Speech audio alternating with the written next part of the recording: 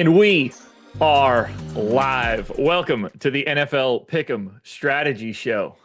I am Josh Engelman. Week 15 in the NFL. We do the same thing every week, man. This has been 14 weeks running, and now number 15 is here. Hit that like button, subscribe to the channel, hit the notification bell so you know when everything goes live, and follow me on Twitter at Josh Engelman. 4 straight hours of NFL coverage is upon us. I'm going to start us off pretty easily. We're going to break down everything we can find on Pick'em sites using OddsShopper and the Portfolio EV tool. So you're going to get me for about 25 minutes and change. Greg comes in. You get Greg Ehrenberg building lineups for today's slate using our simulation tools. It's the best thing you could ask for. Unless you want deep analysis over the course of 90 minutes. That's what you will get for the NBA Deeper Dive starting up at 10 o'clock. They'll go for an hour and a half leading into Live Before Lock for another hour and a half. So we're starting it off at 9 a.m. We don't go anywhere until kickoff. Does it get any better than that? I don't think that it does. Who's this good? Nobody. Hope you guys are having a great weekend. It's been fun. Hope you guys didn't have any weird Friday to the 13th shenanigans. You never know what's going to happen on a Friday to the 13th. I have done very little over the past couple days, chilling with the old pup. He ain't going anywhere, running around like a crazy man. But that's not all that important right now. What's important is building out pick'em cards and trying to get that cash in our pocket. Now, I am looking at the Portfolio EV tool on OddsShopper right now, and we've got a lot of value. Now, there's a decent chunk of it in the NBA. There's a decent chunk of it in EPL matches for today. There's some spots on Sleeper that look pretty good, but we're going to start it off the same place that we always do. And you guys can use this tool if you're interested. Click the link to sign up in the description of this video. We're going to hit PrizePicks first. I'm repping the PrizePicks brand today, too. This hoodie thing is incredibly comfortable. So I'm hoping that comfort brings me and brings all of you a dub. Because remember, when we're talking pick'em sites, for the most part, we could all do the same thing right here. If I build this PrizePicks card out and drop that link into chat, we could all tail it together. We can all win together. There's no, oh, he's hiding information because he wants to win. No. We could all get there together. And that's what we're going to do right now. So we're going to the parlay builder, the Pick'em optimizer, in the Portfolio EV tool. Jordan's already got it pulled up for us right now. I'm hoping that I get this pulled up for me right now. At least that's what I'm trying to do. I do see a pretty massive EV play just sitting at the top. I see a second massive EV play. I see a third massive EV play. This one's going to look pretty good. Let's try and hunt down NFL plays to start, since that's the theme of this bad boy. And we do have 2 fantastic positive EV plays on the NFL side. Jerome Ford, under 20.5 receiving yards. That's a 5.9 EV. There's no way I'm sleeping on that one. Kendrick Bourne, under 29.5 receiving yards at 3.5% EV. We're going to be able to build a 6-pick NFL card for everybody for today. We're going to grab this Mark Andrews play, the Dynamic Brown play, the Tony Pollard option, and then Justice Hill over 15.5 rushing yards. That's a 12% EV card on PrizePicks. That took what? 30 seconds to put together. And that's not even going to be the best one. We're going to place this NFL one, but then we're going to loop back and grab the 6 best overall plays. So I'm placing this right now. And I'm going to drop the link into chat so that everybody can tail what I just did on PrizePicks. And then we're going to get one that probably has twice the EV. All right, so link is in chat now. It's Kendrick Bourne, less than 29.5 receiving yards. Justice Hill over 15.5 rushing yards. Mark Andrews, longest reception, under 17.5 yards. Jerome Ford, less than 20.5 receiving yards. Dynamic Brown, less than 29.5 receiving yards. And Tony Pollard, less than 16.5 receiving yards. But We're not done there. We're back to PrizePicks. We're clearing out our card, and now we're just going to take the 6 best plays across the board because we've got 2 separate EPL plays that are also relatively good here. So let me refresh this screen. Make sure we're getting all the goods. I'm going to generate. You can take the filter off for NFL. We want everything, every league. We're taking the 6 best plays. We're just going to click the generate button, and that'll immediately grab the 6 best options on PrizePicks right now. Now it's become. Did all of that NFL stuff go away, Jordan?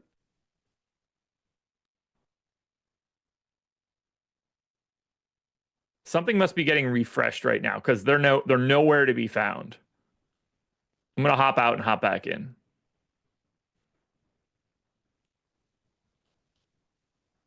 That's interesting. Because obviously they didn't all go away. That's not possible. Although maybe they did. Are we that sharp? We must be. We must be that sharp. But let's still take these top 6 plays. Now, this isn't going to be in the NFL side for you, but we can get 18% EV on the 6 best plays right now. And this is basically only going to take 2 button clicks. You can, Jordan's going down one by one, which is fine. You can click the generate button. It'll grab the top 6. And then if you click the bet now button, you immediately go right to PrizePicks. Wow, you got 22% now?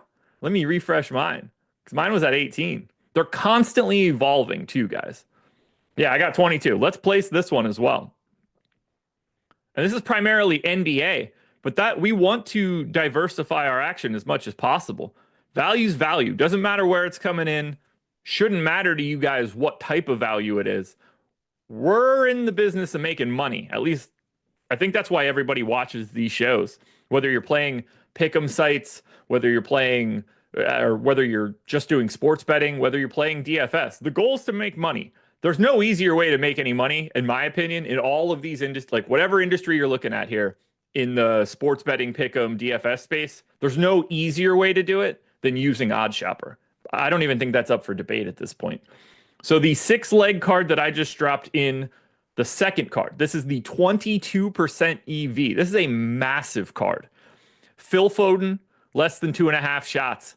Manchester Derby today. Hopefully, both teams lose. I don't know if that's going to be possible, but we can all pray for it. Or at least people that pray, if you can pray for a Manchester City loss along with a Manchester United loss. I don't know how that could happen, but let's dream that scenario into existence. Dom Solanke, less than 2.5 shots. It will make me sad a little bit to cheer against this former Liverpool man, but now he's on Tottenham, so I hate him. Less than 1.5 tackles for Kulusevski. Then we get to the NBA for 3 plays. Less than 4.5 assists for Anthony Black. Gary Harris might be back. That could take a chunk out of Anthony Black. That helps us. Less than 10.5 rebounds for Yusuf Nurkic. And then less than 6.5 rebounds for Brandon Clark. So right away, we grabbed a, 12% EV card for NFL only. Then we pulled a 22% EV card, mixing up some EPL and some NBA.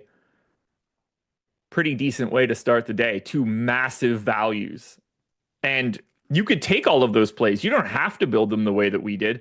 You could take all of those plays and try to mix and match and make a bunch of different 6-pick cards and do smaller entries instead of one larger entry like I did. There's a wealth of plays right now. You never want to leave them hanging. I mean, I'm looking at 1, 2, 3, 4, 5, 6, 7, 8. There are 9 plays right now that I see that are north of 1% EV, and you don't even need that. When you can bank on those 5%ers and those 3%ers, you can get away with even having a negative EV leg in your card because it will still build out positive overall. So we've got PrizePicks locked and loaded. I'm going to hop over to Underdog right now, see if they have any boosts or promos or bonuses for today. Again, I think I said the same thing last week. I haven't had one on Underdog in what feels like weeks. I'm never getting any boosts, where at the beginning of the NBA season, I felt like I was getting 30% boost every single day. But if we don't have it, that's okay. We still might be able to build a card. Doesn't look like that's going to be the case. If you take there's only one positive EV play on Underdog right now, which is Yusuf Nurkic's rebounds.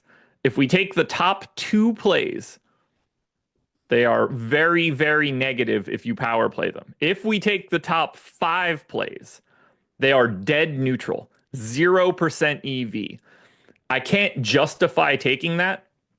You're usually looking to see a little bit more. If for some reason you guys do have some sort of boost you could use, that would be the situation where you would want to take something like this. But unfortunately for us right now, it doesn't look like we're going to be able to build an Underdog card. We just don't have enough value on there right now. They're really locking it down. I have not been able to get a ton of plays there lately. Underdog, if you're listening, don't be afraid to soften things up a little bit.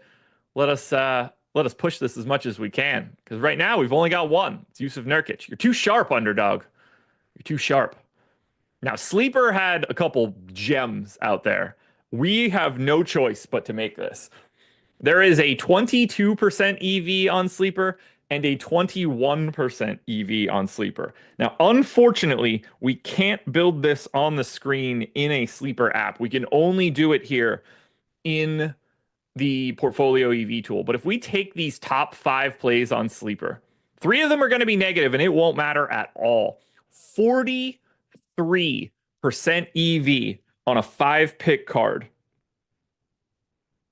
And they have NBA protected picks today, if that's something that you guys end up interested in. I'm going to build this out now for James Conner, and that is over 59.5 rushing yards, which is a promo line, and which is making me think that Anthony Simons is also a promo line, which is going to complicate matters here. I knew this was too good to be true. I hope we could use them both. I don't know if we can. So those 2 go in, and then we fill it out with Joe Burrow, Kevin Durant, and Likely. So Durant is going to be under 29.5 points plus rebounds.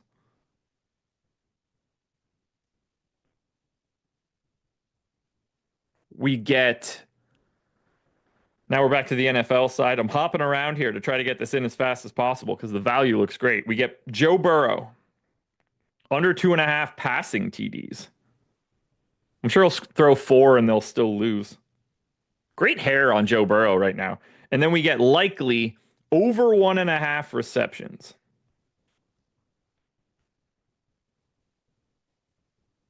And yeah, you can only use one of the promo plays. So I should have realized pretty quickly why this was happening. I'm going to remove Anthony Simons and add in Jake Ferguson. That's still going to be 16% EV, that is. That's Jake Ferguson over 3.5 receptions. Now, this is a promo card, so you can't put a lot down on it. The most you could do is $10. But as a flex play, that's 6.5x. You can get 1.5x if you go 4-1, and you still get a little tiny bit back if you go 3-2. But 6.5x on this card, one of them basically being not necessarily a free square, but a heavy discount. 6-pick card in. Share to group. Do they have that now? It's not the link, just the graphic. That's a shame. Ben P. Thanks for the DFS points over on Friday. Laddered it to 15. Thank you for the super chat, Ben, and congrats. That's always fun to see, man. I'm glad you took that. I honestly don't even know what he did on Friday. I had the whole slate at a distance because of the new puppy. I never even looked to see how Dorian Finney-Smith did because he was somebody that I had a very close eye on for most of the day. I thought he was wildly underrepresented. 19 points, 5 boards, and assists, and 4 stocks. Yeah, that one worked out quite well. So congrats on that one, Ben. All right, we got a sleeper card in. Do we have enough value out there right now for Betr? We absolutely do. Waylon Jennings, Pooch is great, man. Couldn't be better. Now, Betr, we can't build on the screen, but I can send you guys the link. which I will assume is exactly what you guys want from me. So let me get logged back into Betr here. I do not know my Betr password. This is going to be interesting. Please be my standard password. It is. Good. That worked out quite well. All right. So for Betr, if we take the top 5 plays on Betr right now, we get to a 14% EV card. That's going to be Brandon Clark on the NBA side. Under 6.5 rebounds.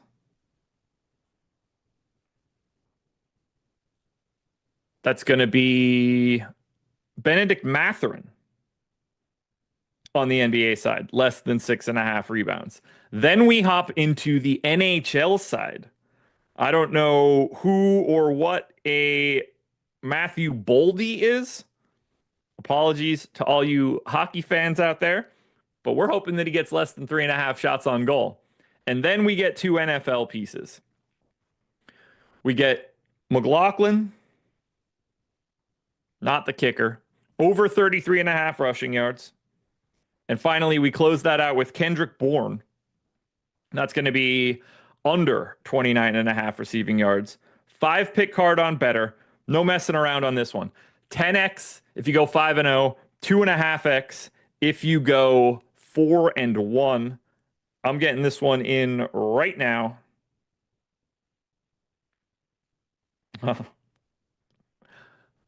Laffy, don't do this to me. Don't be texting me. You're killing me here. Don't get me started. All right, Betr link is ready. Betr link is in chat. So if you've been watching this show so far, we've built 2 PrizePicks cards with massive EV. Both links are in chat. You could tail them both. We just built a Betr card with 14% EV. Very easy. Click the link. Immediately get to that card as well. Okay, Laffy, no more. These are popping up in front of my face, and it's incredibly difficult.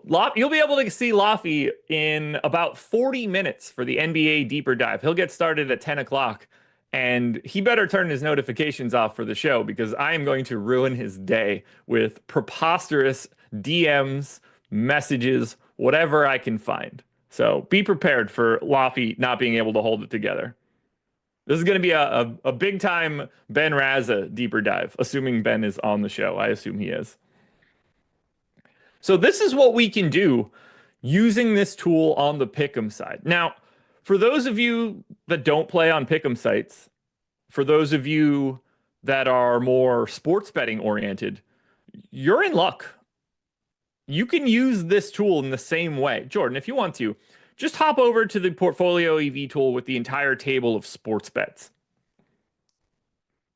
Not that one. Like the main link, top one. There you go. So this is what this looks like if you're just working at a sports book. If you're hitting BetMGM and Caesars and DraftKings and FanDuel and Fanatics and Fliff, this is the screen you would live on. And it has all the information you could possibly want. You could see it right at the top. Matt Zuccarello, 22 odd shopper rating, a 6.9% EV for this line that exists right now on BetMGM. Now you could just click the button and it'll immediately take you to place this bet. You could see that historically, our shots on goal plays for the NHL have returned 5%. That says nothing for situations where for the odd shopper rating being as high as it is. Or if you just wanted to get down a crazy amount of bets, you see this mass entry button on the top. If you click that button, Jordan, there's a little bit of a pop-up. There are 20 available bets on the screen right now for BetMGM.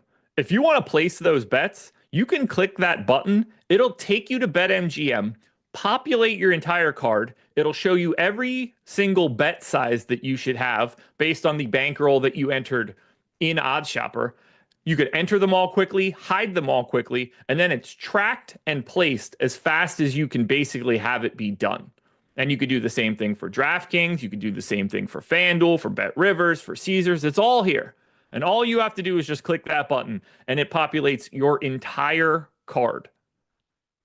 That saves so much time. If you're a phone person doing this mobily, very easy. If you're on a website, very easy. So however you want to do this for sports betting, it doesn't get much easier. And we have all of the data here to show you what you're getting, how much you should bet, the historical rates that we have for these plays. I mean, I look at something like this where we have a PJ Washington 3-pointers prop with a 14 odds shopper rating. The historical ROI for our 3-point recommendations is 11.8%. All of this data is available for you guys to hash through. You can use all of the results which we have on the site. You can filter that down by site, by odds shopper rating, by the odds that you're looking for, by the win rate you're looking for. You can build out a portfolio, save that portfolio, and then filter to that portfolio. So only things that meet your qualifications show up here. That is really my recommendation. Build yourself out a couple different portfolios of what you're looking for, whether that's strictly NBA plays, strictly NFL plays, maybe just 2 specific sports books, maybe just odd shopper ratings that are 10 or higher, and you don't want to miss any of the, like, I don't want to say lock button plays, but the plays that we are heavily recommending. You can set those portfolios up across the board and get notifications for them. I just spilled my drink on my desk. We're going to go ahead and move all this crap. There we go. We're going to move this. And I'm going to grab something to sop up all that liquid. It's one of those mornings, guys. It's one of those mornings. Between the lack of sleep over the past couple days and the fact that I am constantly worried that an animal is going to use my home as a bathroom, I'm not firing on all cylinders right now, but that's okay. It's 9:25. I've basically made it to the end of the line here before we turn this one over to Greg Ehrenberg. I'm going to take one last lap through the optimizer just to see if anything else popped up on the pick'em side. Laffy, it's not vodka. Why would I be drinking vodka? That's insane to think about. I'm drinking a Topo Chico at 9 o'clock in the morning. So way off. Way off. I needed something refreshing. Did Josh just call his wife an animal? Sometimes. Sometimes. Doesn't look like we grabbed anything too crazy. There is a new Karl Anthony Towns rebound play showing up with a 4.9% EV. So if you are still playing on PrizePicks, you can go ahead and grab that. Exactly, Lofty. Get your facts straight. All right, we built some pick'em cards for this morning. That's what we're looking to do each day, every Sunday, to start off our NFL shows. But now I know that you guys are looking for something different. I still want you guys to sign up for the Portfolio EV tool. It's very simple. There's a link when you go to OddsShopper that you can click on that says Get Portfolio EV for free. Everything you need to do are the first 4 steps on the screen. Pick the promo, sign up, deposit, place a bet, take a screenshot of your welcome email and your first bet, and then send them to us. That will get you a month of the Portfolio EV for free. And we have all of our partners here that you can sign up for, whether that's a sportsbook or a pick'em site. You want to sign up at Sleeper because you never have before? You get a 1 month of the Portfolio EV tool, and Sleeper will give you a $100 first match deposit bonus. Maybe you wanted to sign up at a sportsbook. Maybe you haven't signed up at BetMGM yet. 1 month of Portfolio EV will be free for you. You get up to $1,500 paid back in bonus bets. All you have to do is click the link attached to whichever book or pick'em site you want. Follow the instructions at the top of the screen, and you're going to end up with a month of Portfolio EV. You won't pay us a cent to do this. It's the easiest way to get in. So we're going to end this now. You guys can get started with what you guys are looking for today. A full NFL slate breakdown from 9:30 all the way till 1 o'clock. You get lineups built on screen. You get game by game breakdowns, and you get the absolute rush of the final 90 minutes up until lock. I hope you guys have a great day. Lots of success. I hope you pick up a bunch of dubs. Hopefully I pick up the biggest dub, but I hope everybody else gets at least the second biggest dub for today. Greg Ehrenberg coming up next, building lineups for you guys. Talk to you later. Enjoy your Sunday.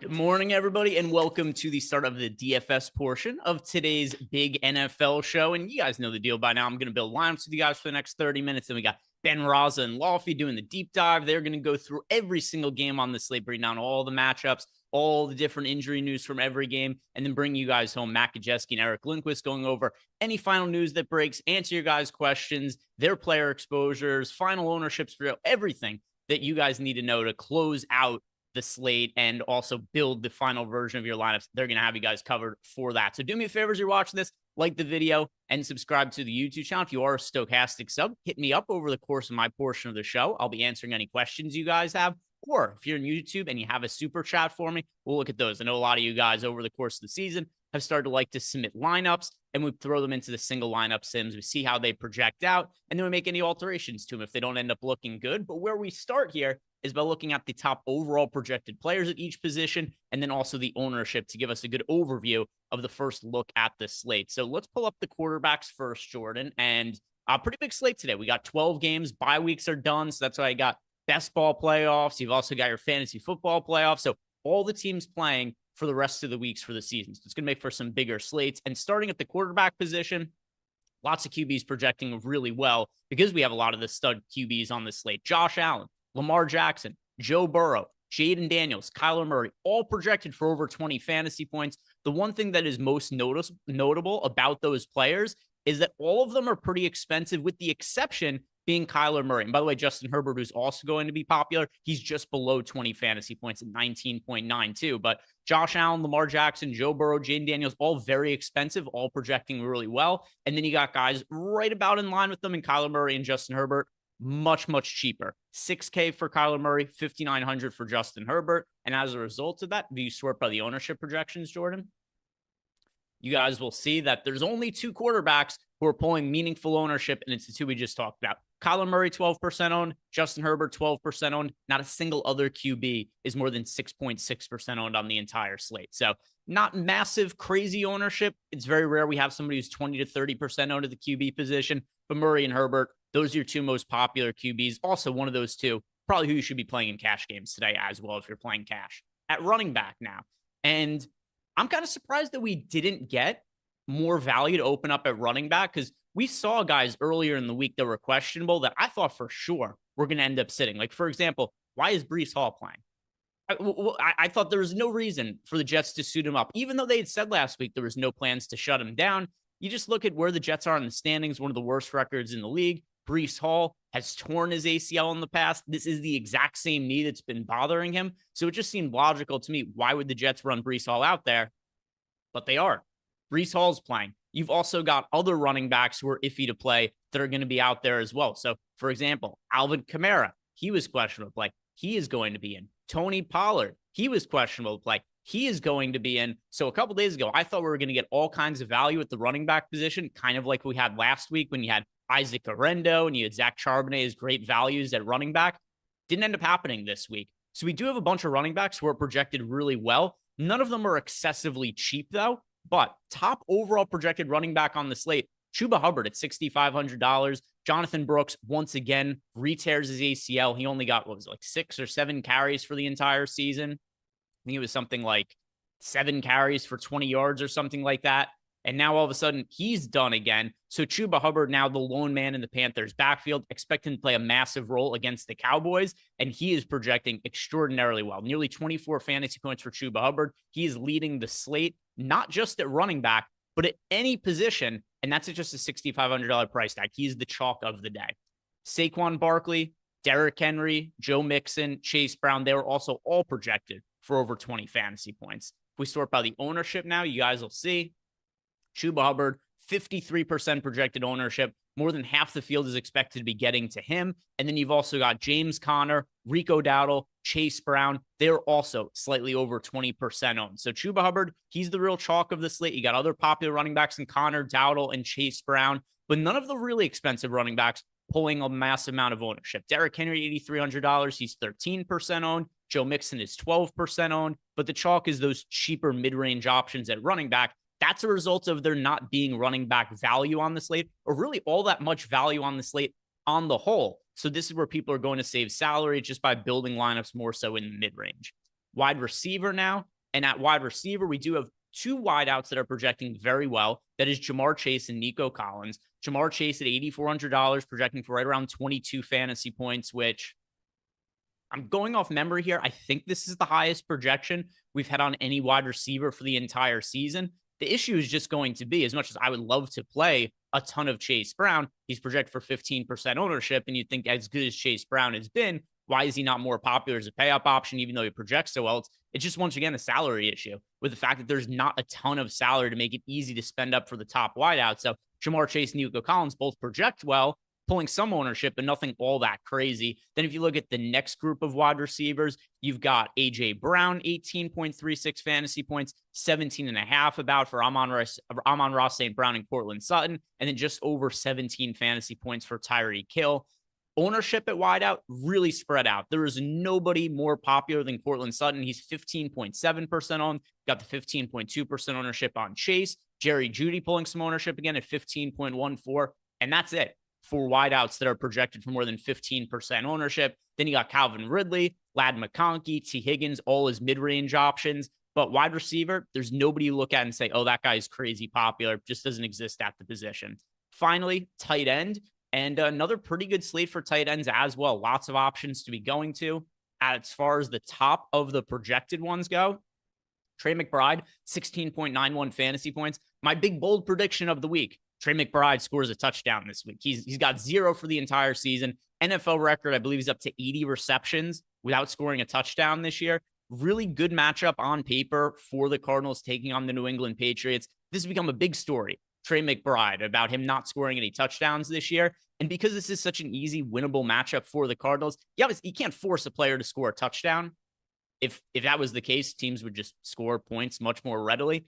But considering how big of a story this has been, and that I do think the Cardinals should win this game pretty easily, I think they're going to make a point to try to get the ball in the red zone to Trey McBride so that this story could go away. So I think that this is a day where we see Trey McBride find the end zone. Then you got Travis Kelce, 14.84 fantasy points, David Njoku, Jonnu Smith, Hunter Henry, Zach Ertz. That winds out the other tight ends here. And I think that considering the lack of value on the slate, pretty good slate to be building lineups with two tight ends. I think I'm going to end up getting to that a pretty good amount in the Sims, unless something really unexpected happens in terms of a wide receiver ruled out that creates a ton of value, or running back that gets ruled out that creates a ton of value. If we don't get that, it seems the most logical way to save salary in your lineups is just play a couple of cheaper tight ends. And then if you look at the tight end ownership, Trey McBride is the most popular tight end on the slate, which I'm a little bit surprised by considering the narratives around him. But Field's still getting there at a little bit over 20%. Stone Smart, Will Dissly, he is out for the Chargers, so at $2,600. Smart is your number one value tight end. And then you got Hunter Henry, Dalton Schultz at $3,300. Somebody else who I think is a good salary saver, Zach Ertz, and Brenton Strange. Strange also looking good because there's no Evan Ingram. Evan Ingram, what was it, on Friday? Or was it Wednesday? Yeah, it was Wednesday because I was doing the show with Lofty. We were building lineups. And in the middle of the show, or no, maybe it was Friday. Whatever it was, I was doing some show and Evan Ingram got ruled out in the middle. And then Brenton Strange, $2,500. He opens up as a value tight end. So let's go ahead and start building out some lineups considering the information that we just gave out there. And we've got Ben P. Actually, was this a question that Josh answered on the last show, Jordan? All right. So there we go. I'm not expecting that. Usually people don't care to ask Josh questions, but we got somebody here who actually wanted Josh's opinion. Who would have thought that? Who would have thunk it? Let's go and start building a DraftKings lineup. And let's look at the two chalk QBs. We've got Kyler Murray. We've got Justin Herbert. I do like building around both of them. I'm going to be not like crazy overweight to where I'm going to have like 30% of either of these quarterbacks, I don't think. But first run of the Sims, I have 16% of Kyler Murray. I have 15% of Justin Herbert. So let's look at some individual lineups we could build with each of them. And let's start with Kyler Murray, Jordan. We'll go Kyler Murray at 6,000. And then I don't think we need a run back from the Patriots. If I was going to run somebody back, Hunter Henry makes the most sense, but we don't have to do that right here.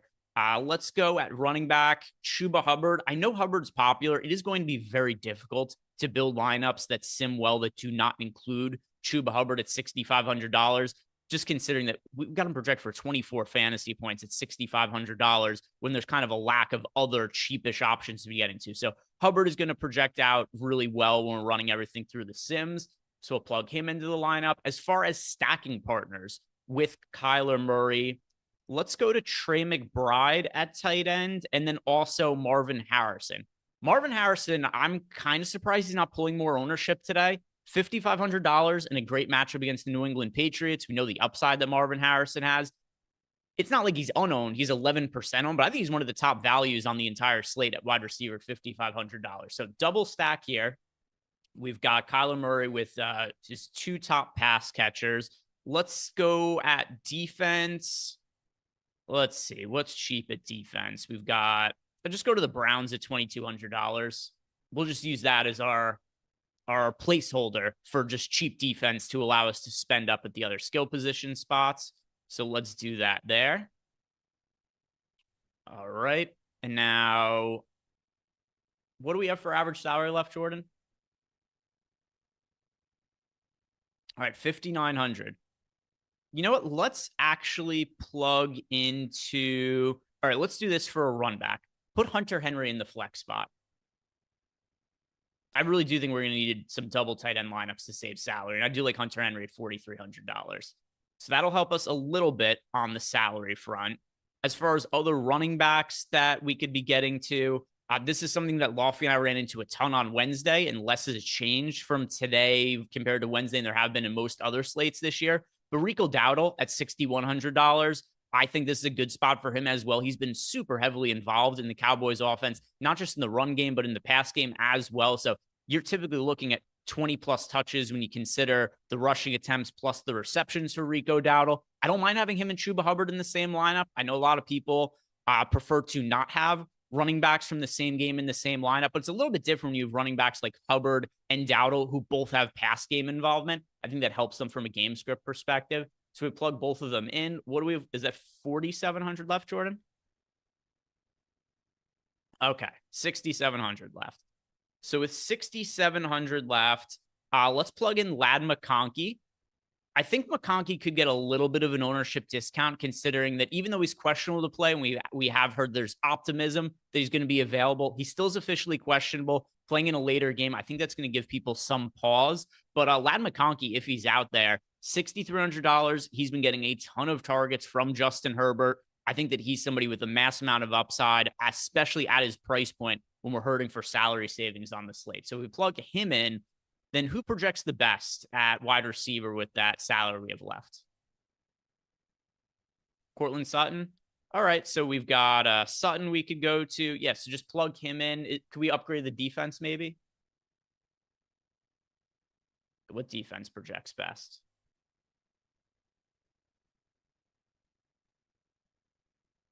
Still the Browns? All right, so plug them in. Maybe we could upgrade Hunter Henry then. Let's see at the flex. Can we get somebody who's projected better than Hunter Henry? All right. And maybe we'll just run it with the 5. Can we upgrade? I think the next best projecting running back from Rico Dowdle would probably be James Conner. That would be a pretty heavy onslaught stack of Arizona. Let's just run it as is. If we had infinite time, I would really tinker this to make sure we zero out the salary or spend all of it.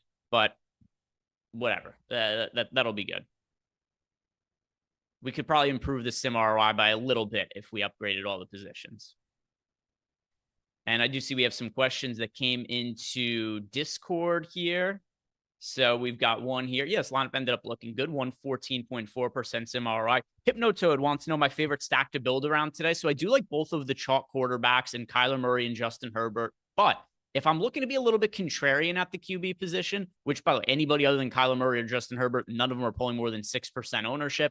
The one I come in most overweight to, it's CJ Stroud. I think this is a pretty good buy low spot for him. It's a buy low spot for the game in general, because just about everybody in this Houston-Miami game, with the exception being Nico Collins and Joe Mixon, these players would all be more expensive last year in this matchup than they are this year. And a lot of it on the Miami Dolphins side, it's been injury related. On the Texans side, kind of injury related to an extent. I know CJ Stroud himself hasn't been hurt, but he was missing Nico Collins for a big portion of the season. And then right after that, Stephon Diggs tore his ACL. He was out for the year. See, it a while where CJ Stroud just didn't have his weapons to throw the football to. I think this is a good buy low spot to make game stacks for of this game. So let's go with CJ Stroud because this is my favorite lesser owned stack of the entire day. So we'll go CJ Stroud here. And then as far as who to stack him with, we'll go Nico Collins. And I don't think we need to go with anybody else, but we could plug in as well Dalton Schultz. He is somebody else who I like to pair with. And once again, don't have to make double stacks, but I'm going to for this particular lineup. Dalton Schultz also saves us some salary. Schultz only being $3,300. And then I want to run this back as well with Tyreek Hill on the other side. Tyreek Hill at $7,400, a little bit cheaper of a price tag than we typically see from Tyreek Hill. And I know he's got the wrist situation he's been dealing with. It seems he's going to need surgery in the offseason. We've seen some better performances out of Tyreek Hill as of late. And then plug in the Browns defense next, Jordan. Yeah, and we're going to be a little bit hamstrung for salary here. So let's once again go another double tight end lineup, but go Stone Smart at $2,600 at tight end. This will help give us some salary relief. Yeah. Put him in the flex. All right. What does that give us for the rest of the lineup spots? Okay. That's not bad. Not bad at all. So put Hubbard into one of those running back spots. All right. So we got Chuba Hubbard. And now we've got just under 7K. So for the other running back spot, we actually could spend up a little bit here. I don't know that I want to, though. Let's spend up at wide receiver instead. So let's go James Conner because we don't have any other Cardinals in this lineup. So let's go with Conner at $6,600. That could be our exposure to the Cardinals offense. Gives us a little bit of leverage off of the Cardinals passing game as well, though James Conner himself is somewhat popular for the slate. And then $7,100. I mean, we had the same scenario last time. I think it was Courtland Sutton who projected best. So let's go T. Higgins this time, though. I like T. Higgins at $6,800. All right, let's run that through. This is a core of a lineup that I do like for today. If we're going to not play just the most popular stack on the slate, we go CJ Stroud, and I think that this makes sense from an upside perspective as well. We got the double stack with Dalton Schultz. We've got Nico Collins in there. We were still able to fit in Tyreek Hill as a run back, and we didn't make too many sacrifices. Yeah, 68.4% seemed all right. Probably would have come out a little bit better if we would have plugged in Courtland Sutton and found other spots to upgrade. But yeah, I think that's a pretty solid looking lineup. And let's see what else we have for questions in Discord. We've got Jansen's asking what archetype is the best for the Millie Maker. Yeah, go for the marquee on the archetype slider if you're playing in those, really any of those really big contests. So the Millie Maker, stuff like the $9, the $5, 150 max contest, you want to go marquee for those ones. And then Ben P says, when you get to FanDuel, can you give me any suggestion you may have for the FanDuel single entry series final today? 229 entries with 10K to first. And yeah, so let's head on over to FanDuel. And then also Kareem said you don't want Brenton Strange with no Ingram. No, I like Brenton Strange today. I mentioned him a little bit when we were talking about tight ends before. I do slightly prefer Stone Smart, though. So if I was building a lineup and could only roster one of those tight ends to save salary, I have a preference towards Smart over Brenton Strange, but both of them good salary saving options. So let's look at the FanDuel side of things, and we'll build a core here for Ben P. And then also, so we got a super chat from Eating My Short. So we'll build this FanDuel lineup, then we'll jump back over to DraftKings. But the FanDuel side of things, pull up the FanDuel lineups that I have built.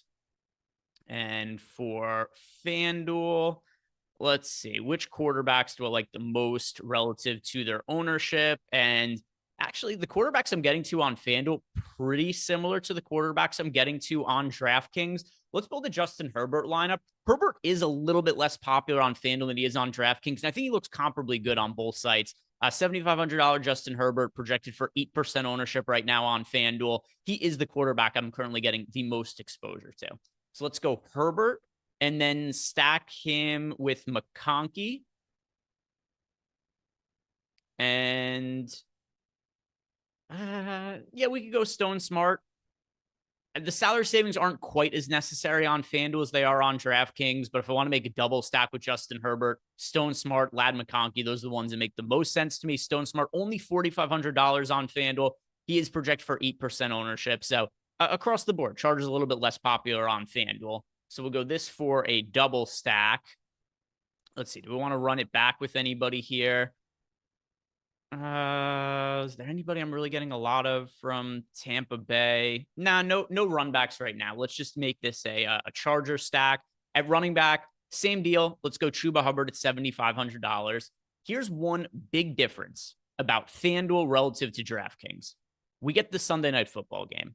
In the Sunday night football game, we've got the Seattle Seahawks playing. And once again, we're not expecting Kenneth Walker to be out there. And FanDuel has not really priced up Zach Charbonnet aggressively. So we could play Charbonnet at $6,700. Considering the workload he had last week, he looks like a great value option on FanDuel. And because Charbonnet is at $6,700 and you got Rico Dowdle as well at $7,100 and you got Chuba Hubbard at $7,500, Chuba Hubbard's still your best overall running back option on FanDuel, the same as he is on DraftKings. But I think it's a little bit easier to get away from on FanDuel if you had to by playing guys like Charbonnet or Dowdle, or you could also go to somebody like James Conner at 7,900. I like Derrick Henry a little bit more on FanDuel than I do on DraftKings. We'll include Hubbard in this lineup, but add Zach Charbonnet as well, Jordan.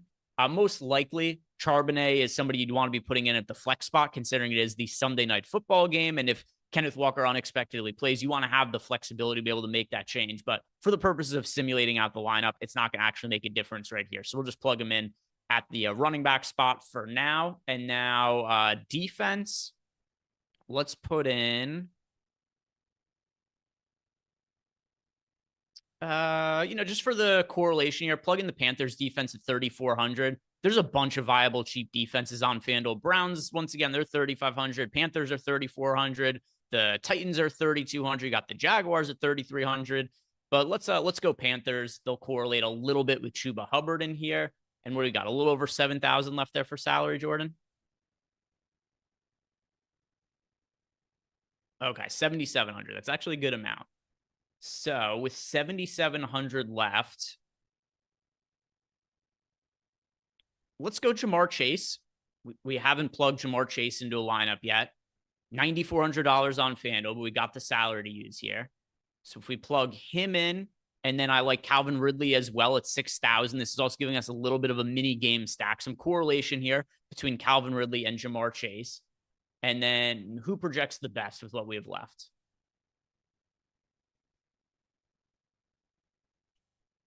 All right. And what's his salary? Okay, cool. So we zeroed it out. Yeah, this is going to end up simming out pretty well, I think. I think this will look good. And Ben P, I think this is a pretty good core, good way to start some lineups over on FanDuel. A lot of these guys are ones who are going to be simming out well. Yeah, 158% sim ROI here. So it's better than either of the lineups we built out on DraftKings. Justin Herbert lineups, they're also going to look good on DraftKings. But here we just built a lineup with him on FanDuel. But still, it's going to be a lot of the same players. Stone Smart, Lad McConkey. They'll be fitting into DraftKings lineups with Justin Herbert as well. But let's plug in Eat My Shorts' lineups. He left us a super chat here. It is Jaden Daniels. It is Derrick Henry, Chuba Hubbard. We've got Lad McConkey, Terry McLaurin, Diami Brown. So he's got a double stack in there. It is with McLaurin and Diami Brown. Then he's got Stone Smart. By the way, very ironic that you came nowhere close to spelling smart correct. He spelled smart, S-A-M-R-T. Interesting spelling of the word smart. And then Marvin Harrison Jr. with the Jets defense. So let's plug that in and see how it ends up rating out. And we've got Flim Flam Man says, how do I feel about Rachaad White as a value / pivot running back now that Bucky Irving is rumored to be playing? Yeah, I don't have all that much interest in Rachaad White, assuming that Bucky Irving plays. If we find out that Bucky Irving is a scratch in the next hour or two, I would feel differently. But if Bucky Irving plays, I don't have all that much interest in Rachaad White. Let's see how this looks.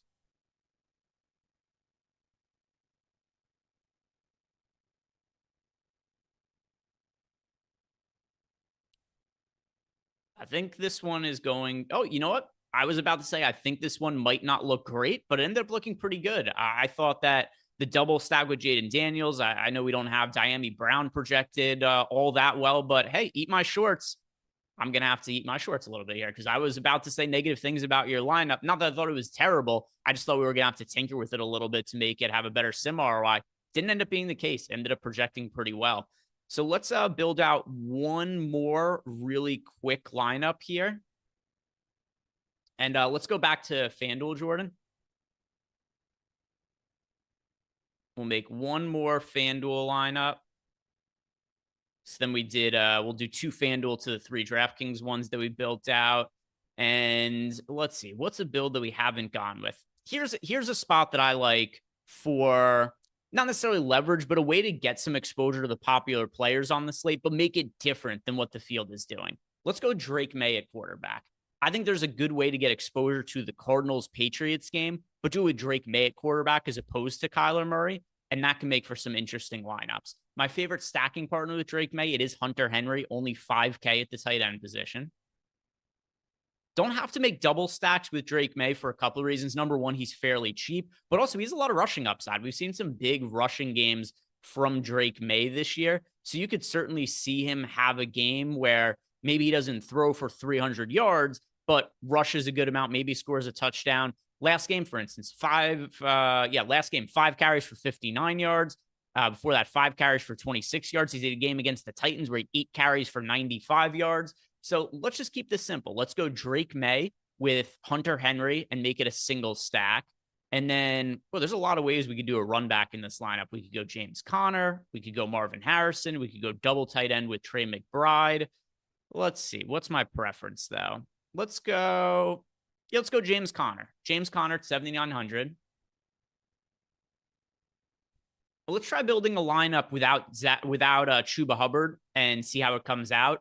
It will probably hurt the sim ROI a little bit, but let's try to do one anyway because we haven't done that yet. So we'll go James Conner and Zach Charbonnet. Any lineup that doesn't have Chuba Hubbard, it's at least somewhat contrarian-ish, and then especially when you got Drake May here at quarterback.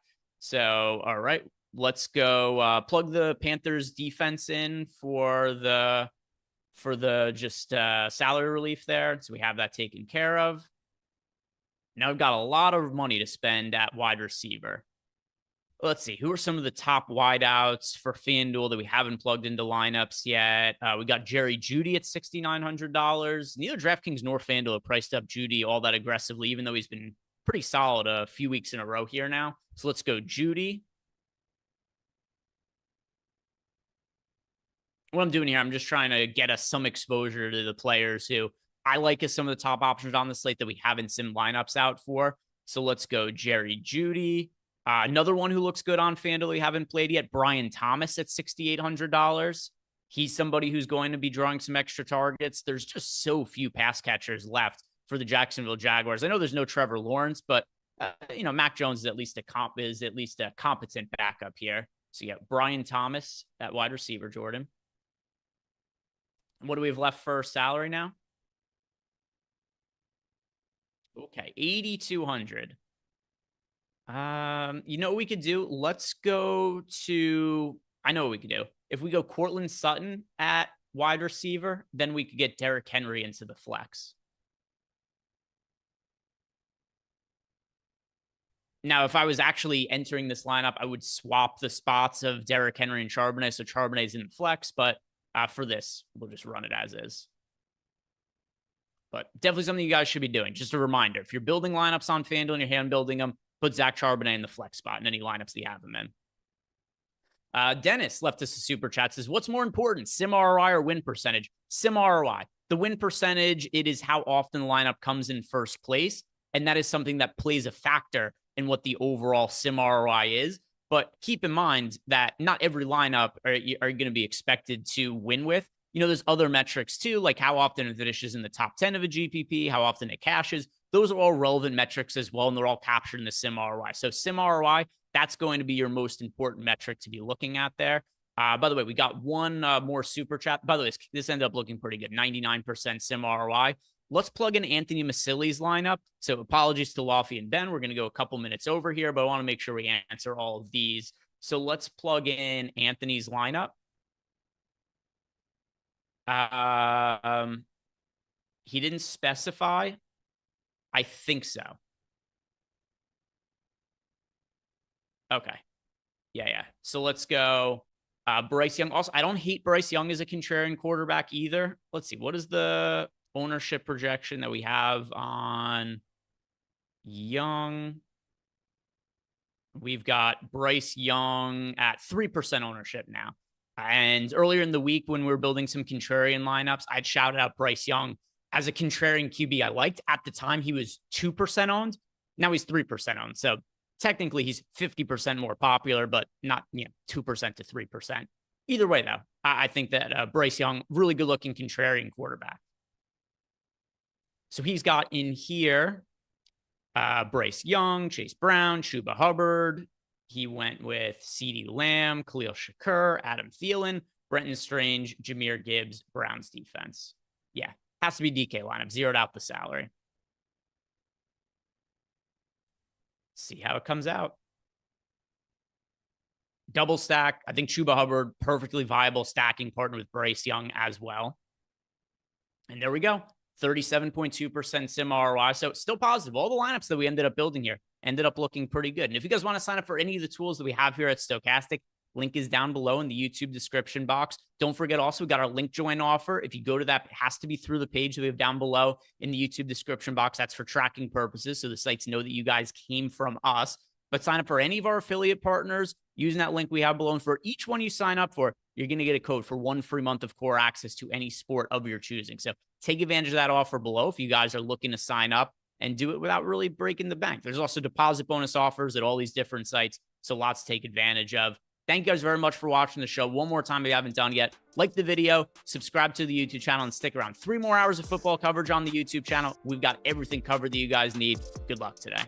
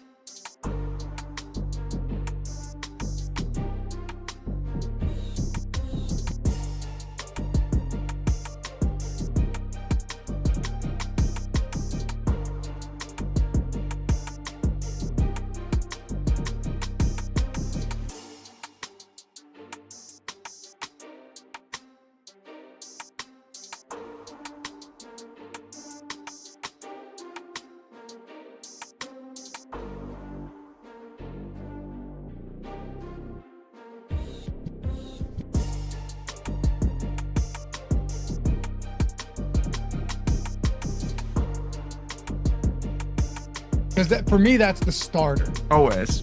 Then I get a starter. sinus infection. Yep. Exactly. Like you feel that, and then you're just praying that the next day it'll be gone, and it's worse when you wake up.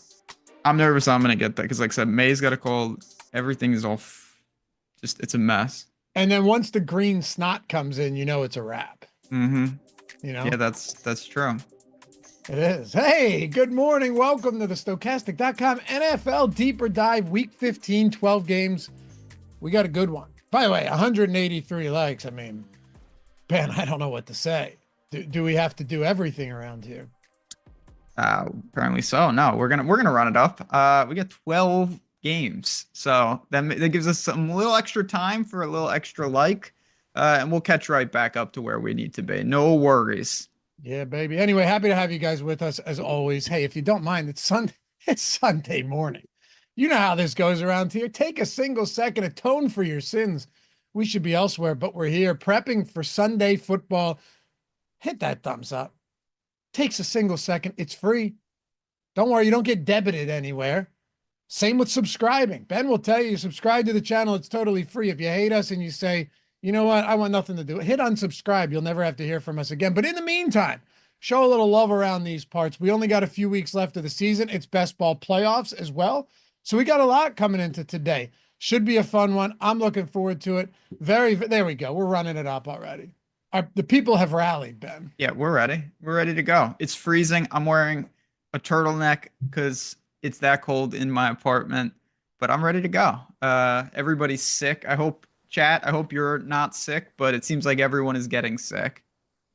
I'm very superstitious about that.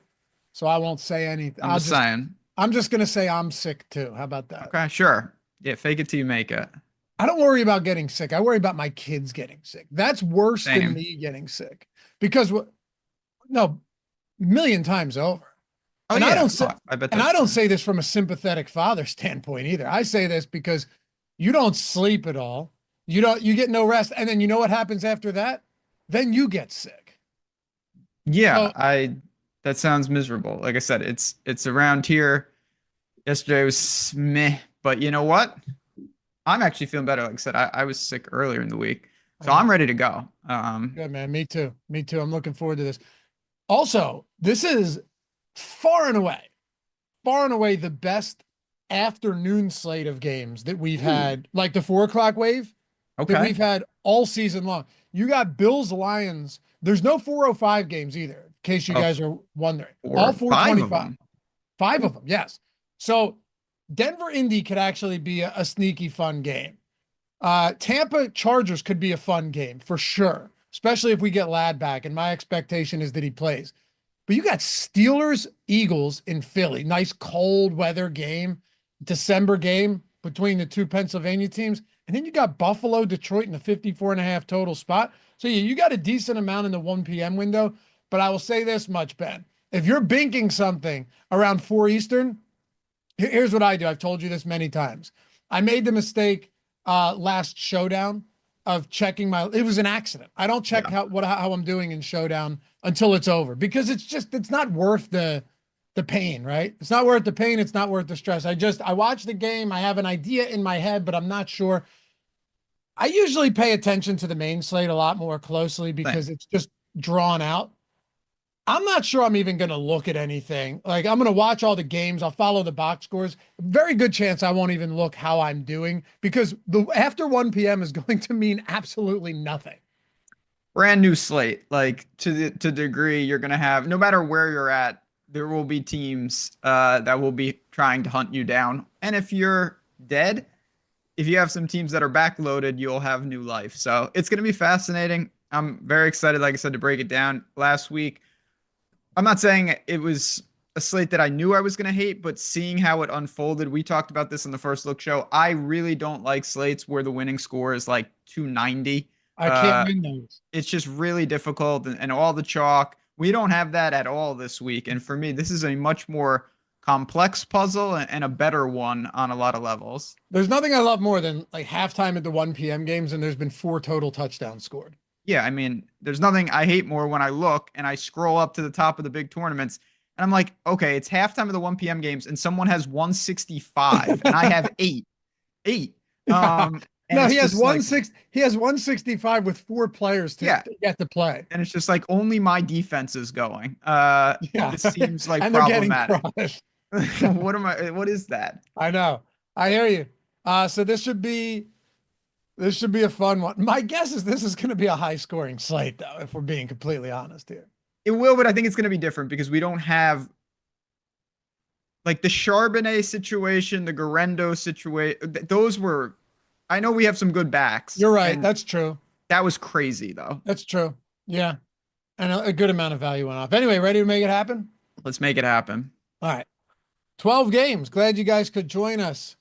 Kansas City, Cleveland. Let's kick this one off. I did sprinkle Cleveland money line this week, Ben. You would. I respect it. You kind of have to respect it, right? Like at this point, I'm gonna ride this one and say, okay, Kansas City. Either they're just gonna turn things up and we're all gonna go, oh, there they are, or eventually someone's gonna get them, you know? And who else but Jameis to make it happen? Like the full Jameis experience could be in play today, and it might just help. You know, it worked against Baltimore. It worked against the Steelers. Then he was terrible against the Steelers. And then he was good against the Broncos, but also threw 2 pick sixes and lost because of him.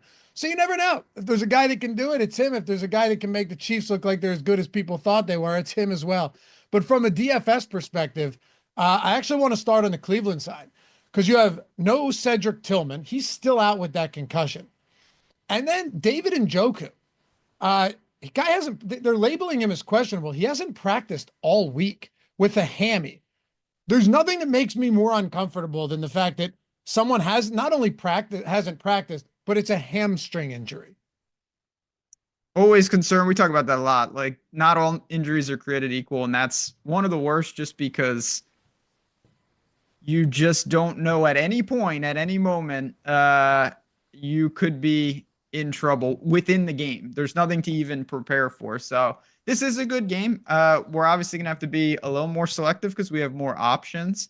But there are some pieces, particularly on Cleveland, that I do like. I'm not going to say they're my favorite, and we'll get to our man Goody. Like I said, he has beyond Super Chat etiquette. He wanted to know about top quarterback for the spy on DraftKings. I think Jameis is in the conversation for that, but it's not going to be Jameis for me. I'll loop that in right after we talk about these teams. We will. I heard Greg talking about him earlier, not Jameis, but Stroud. I think Stroud's very interesting in those spots. It's Drake May for me. I'll just get right to it. Yeah? Yeah, I like Drake May today. Ooh, all right, cool. I wasn't seeing that one coming. Nice. I think there's a couple of interesting spots you can get to, but another one for me, if you're talking guys that I like a decent amount this week, Herbert's just a warrior, and if you have, it's such a concentrated target share with a relatively cheap stack against the pass funnel defense, pretty chalky. So I understand that's probably not where you're looking to go, but you could still get different. Kyler Murray's another one. We can talk about him. There's a lot, but I have no problems with Jameis at all in this spot. I don't love him either, though. I think Cleveland's more interesting in this game for me. Jerry Jeudy's just going to be a tougher guy to get away from. Like I also, if you had to put odds on Njoku playing, what is it? I mean, he didn't practice. At all. I'd say he's on the. I mean, again, I'm just guessing. I would say he's on the wrong side of questionable. I'd say like 70-30 to not play. Yeah, to me, that's the wrong side of questionable. Yeah, I agree. Yeah, and then also, if he were to play, then my question is he limited, and what are his odds that he gets through the game? Because, by the way, I liked Njoku today if he were to be good to go. Before this injury popped up early in the week, when we talked about it on Tuesday, I had real interest in David Njoku. Against the Chiefs team, their biggest weakness clearly in middle of field, tight ends. Njoku's target share lately, or raw targets, has been insane. He's been Jameis's top red zone target. So if he plays, are you going there, or do you have too many question marks? No, just because, again, I think you have the ability to be a little more selective with just so many other options. And yes, I know that they are expecting some bad weather and whatnot. I just go to the total for that. If the total crumbles and keeps crumbling, sure, but it's still a 42-point total, basically holding at most books. Some have ticked to 41.5. I think there will be opportunities, but no, if to me, Jerry Jeudy as a home run threat, Jameis being Jameis, and the Browns defense is going to be a popular pay down spot. Last one here. What about Elijah Moore? Just given the price point. Yeah, the price point. I mean, I think it's fine, but at the same time, he's someone that I'll let the tools and the Sims do the work. If he pops up in a lineup or two, so be it. If he doesn't, I don't see myself manually boosting him or doing anything to make sure I get to him. That's where I'm at as well. I think Jeudy is in some, not a necessity, but his price just hasn't come up enough for you to go, all right, let me get off the Jeudy train now, right? Like he's just, last week wasn't anything special against Pittsburgh. He still scored on a 35-yard touchdown, but with Tillman still out, with Njoku either limited or out, Jeudy just looks good at 62. He's my top play from Cleveland right now, and it's not actually close.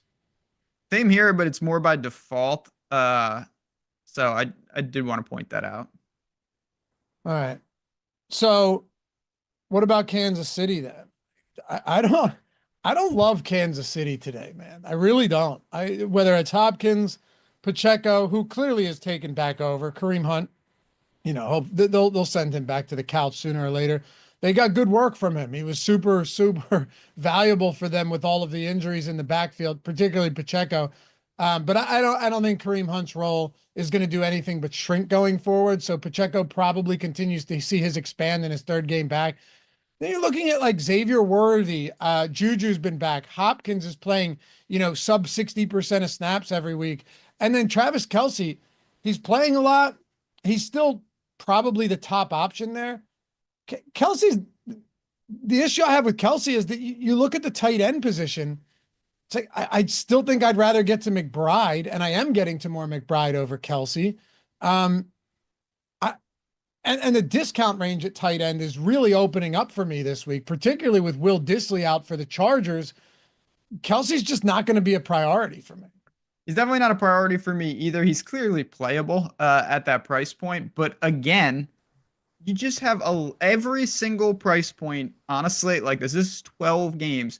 You are going to have at least one or two pivots within the actual price range. It's not like, oh, I'm playing a game and there's no tight end within $1,000 either direction. You have McBride right there.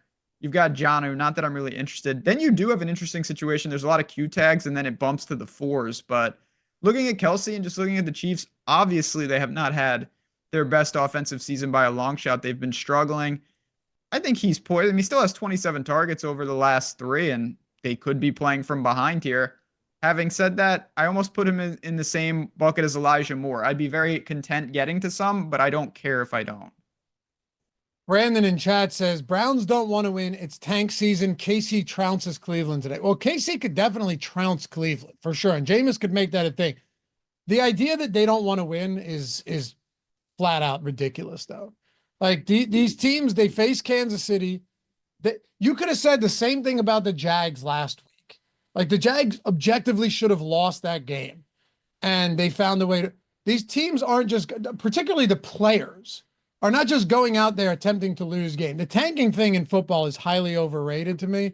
And when you're at home in front in the dog pound against the Kansas City team that is escaped by the skin of their teeth, like 4 of the last 5 weeks, the idea that the Browns are just going to throw this away, the players are going to throw this away is insane to me. I've never understood that line of thinking. Yeah, I mean, again, it just doesn't work like that. Because every time a team like this gets crushed, it's like, oh, see, they were on tank mode, but then sometimes they win these games. It's just, it is what it is. So I don't, the books, I go off the books. I go to Odd Shopper, I look at the line. This is supposed to be a competitive game, and that's what I base it off. Yep, exactly. The players have no interest. And like you said, this move, by the way, when I did bet it at 5.5 early in it moved to 4.5. Does that mean right anything? Not, well, we'll see with the results, but yeah, anyway, we'll see what happens. See how this game plays out, but I'm interested in it. I definitely am. And we had another comment. Where was it? Angry Drunken German said Kansas City's still trying to make Worthy a thing. He'll get manufactured touches. Yeah, he might, and they should be trying to make him a thing because, they spent good draft capital on this guy. The question is, like, how valuable are these manufactured touches at Xavier Worthy on a 12-game slate? For me, I think the only way I get there is if I'm somehow landing on Mahomes stacks. Agree, and that seems doubtful. Let's talk about the next game, unless you have anything else here. Washington and Saints. Saints 7.5-point home dogs, 44-point total. Noah Brown hit the IR for Washington. Might not be a huge deal, but he was getting a good amount of work in that offense alongside Terry McLaurin. And then Derek Carr's out. Jake Haener starting this one, not Rattler. I like Jake Haener. I think he's fun. I'm not playing him today. I would consider playing Jake Haener if they still had guys like Rashid Shaheed and Chris Olave, but they're just, that offense has been gutted, Ben. Yeah, it's a bad situation. I mean, look at the line. They're 7.5-point home dogs against a Washington team.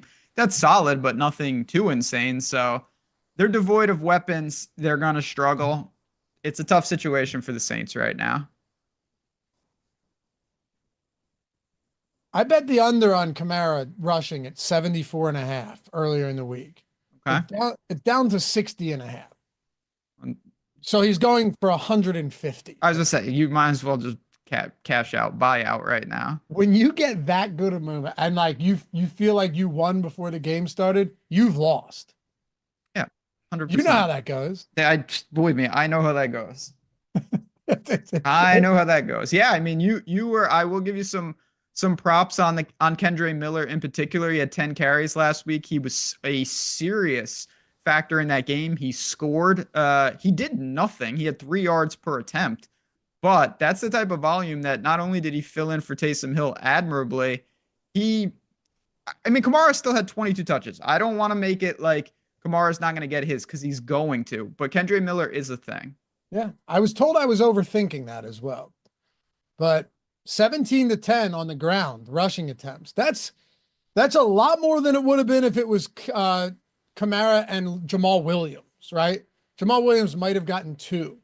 So, yeah, Kamara, this will end up being, I said it about Breece Hall a few weeks ago and he went for 30 or something. This will end up being the week that everybody jumps off Alvin Kamara and he goes nuts. Like, I do think there is something to that. It wasn't just that Kamara last week was obviously in a really good spot. He was pushing, 40% ownership in some things. He's not going to be even remotely. He burned so many people last week that no one's going to want to go back there. And it's actually not a bad matchup against Washington. It's not. He had 22 touches even with Kendre Miller there last week.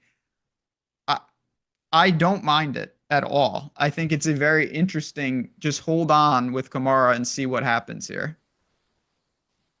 I'm willing to get to some Alvin Kamara this week. 7,700. I'm not going to go crazy on it, but you don't need to. You really don't need to. And sometimes, right, buy when there's blood in the streets, right, Ben? And sure, it matters like what the price is and everything. But like you said, the guy did still see, what would you say, 22 touches last week? He just did nothing with them. Mm-hmm. There might be something here. So I just know what happens when the public sentiment turns on a player heavily. Like, even look at the prop market, where it opened to where it is now. He's been bet down like crazy. Naturally, that would pivot you off of a guy like that. But Alvin Kamara is the type of guy with the type of volume, even with Kendre Miller's emergence, that also, one last thing here. He hasn't scored a lot lately or at all. So it feels like he's done nothing. A couple touchdowns from Kamara, and then you're like, wow, okay, there he is. That's a tournament winning score. Yeah, he's still, this honestly reminds me of, I know he's not on the slate, but we had, one of the real genius, I'm sure that guy, I hope he's in chat, who declared Kyron Williams just dust. Blake Corum's taking over. Yeah. It's over. No, hold on. He started it with, Ben clearly doesn't watch football. Oh yeah, that. Blake Corum for me. Kyron Williams, oh, you play. Yeah. And then, of course, he had a couple touchdowns. He's taken back over. These are elite players. And yes, there are week-to-week fluctuations. But do I think that Kendre Miller is just going to start taking over the backfield permanently? No chance. So, and for what it's worth, that's not what I was saying last week at all. No, I know. But yeah, with some of these guys, they can coexist even with a handcuff that's doing something. Yep. And his price is down from last week as well. So I hear you. In the passing game, you'd be hard pressed to convince me of anything here. Juwan Johnson, including Marquez Valdez-Scantling. Yeah, Juwan Johnson. Really, Juwan Johnson's the only guy I'm getting to, other than some Alvin Kamara, which I may do a little bit of a manual boost on Kamara here. Juwan Johnson's the only guy I'm getting to. Same. There's nothing else. What are you doing with Washington in this spot? They're more than a touchdown road favorite in New Orleans.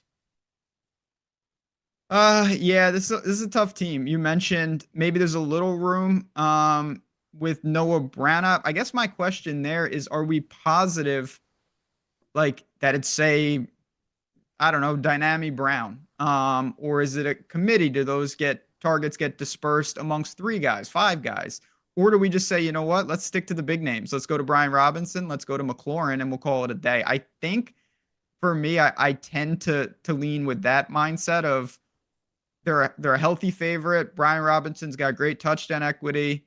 And then you can sprinkle in some price point plays if you want to. I'm not getting to Daniels. It could be De'Ami Brown. It's possible. He's also done, essentially nothing all year. It could just be, like you said, Robinson and Ertz. Don't forget about Ertz either. He's been a primary target of Jaden Daniels all season long, right? You look at his targets, particularly over the last month or so. Ertz has been getting a lot. So I think Ertz is fine in this spot. Do you want to, because I have 7% Ertz right now, totally fine with that. Terry McLaurin, it's a decent asking price on him.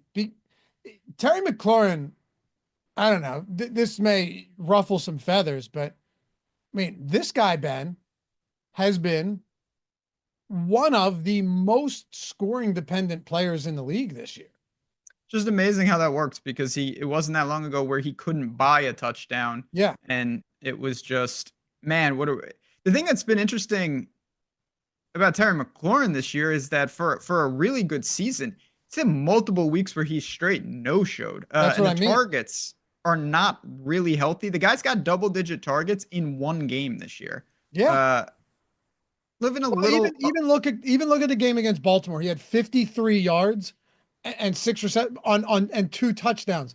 Against the Giants, he had 19 yards on 2 receptions and 2 touchdowns. So he had 73 yards and 2 touchdowns, caught all 8 targets. Terry McLaurin has 1 game with more than 8 targets this season. So this isn't me saying he can't perform well. What I'm saying is when he does perform well, it's almost on the back of the touchdown production, which you could say that. You could try and say that about anyone, but it's actually not true. Like Nico could give you the 7 for 120 and no touchdown, and it doesn't kill. A lot of those guys could. AJ Brown, so many. With McLaurin, you definitely need him to find the end zone. He also has 5, and again, I'm not knocking this. This is great, but he has 5 catches of 50 yards or more this year. Yeah. And one of them was that super weird, fluky one against the Cowboys to end that game out.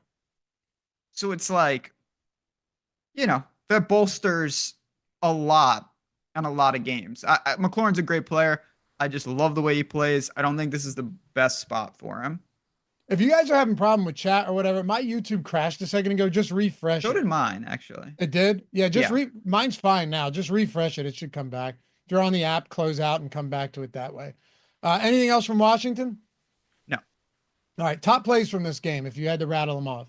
Kamara and Brian Robinson. Okay. And then I assume Juwan Johnson getting some sprinkles in there of him. And De'Ami Brown as salary relief punts. All right. Cincy and Tennessee. Tony Pollard's expected to play. This is a tough Tennessee team to get to right now.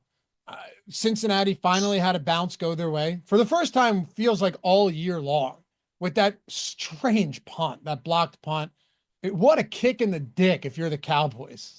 I didn't see it, but I saw it afterwards. Just stupid. Unreal. In no world should that actually go. I bet Cincinnati, so I was grateful, right? I had a favorable bounce, but in no world should that. I don't know. It's crazy. Was touched and then went past the line of scrimmage. Whatever. We don't need to relitigate that, Ben.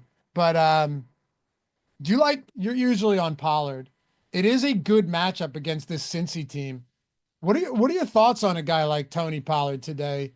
Where my expectation for him is that he's not going to be very popular.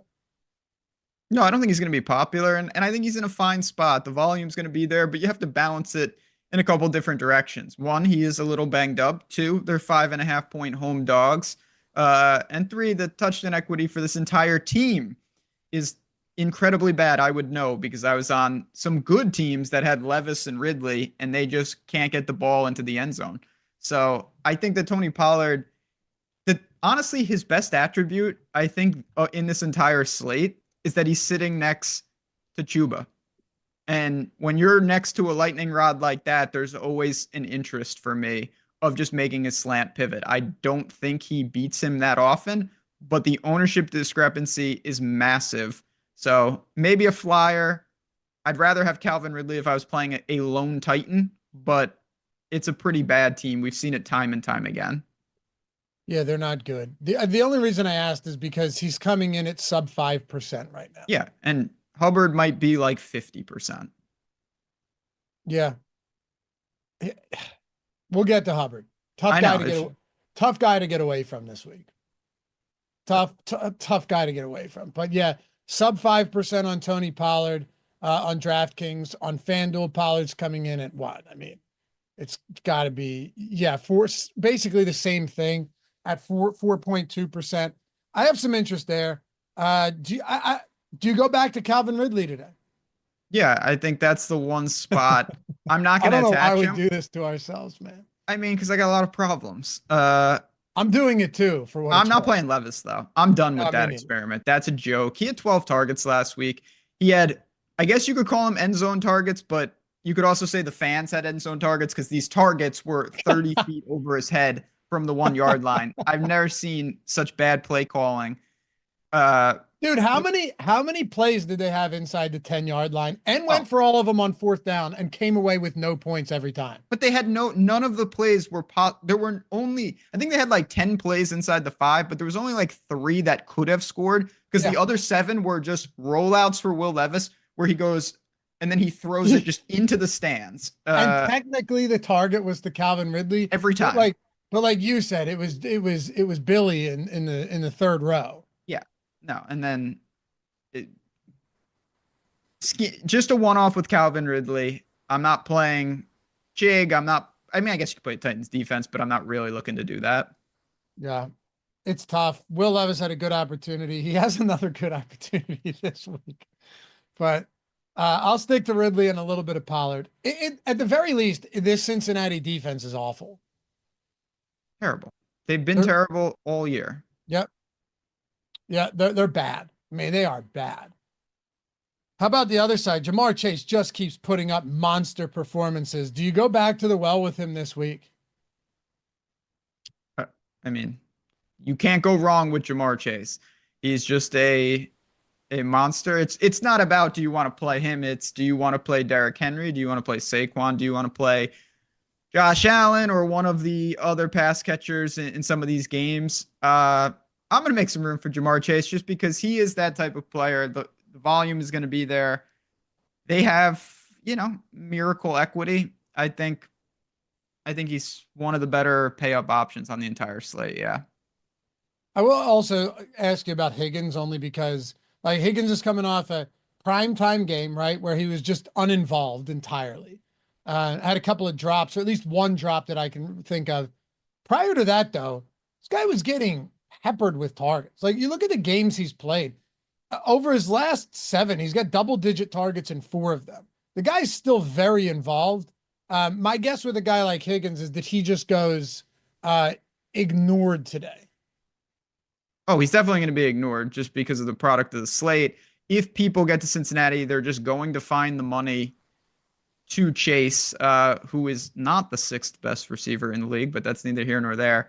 I don't really A see little myself shot, getting. little shot on. And by the way, we actually have T. Higgins a lot more popular than I thought he would be. So I retract that That statement. makes it even easier for me. Yeah. Was Yeah. that a shot at your boy Matt Gajewski?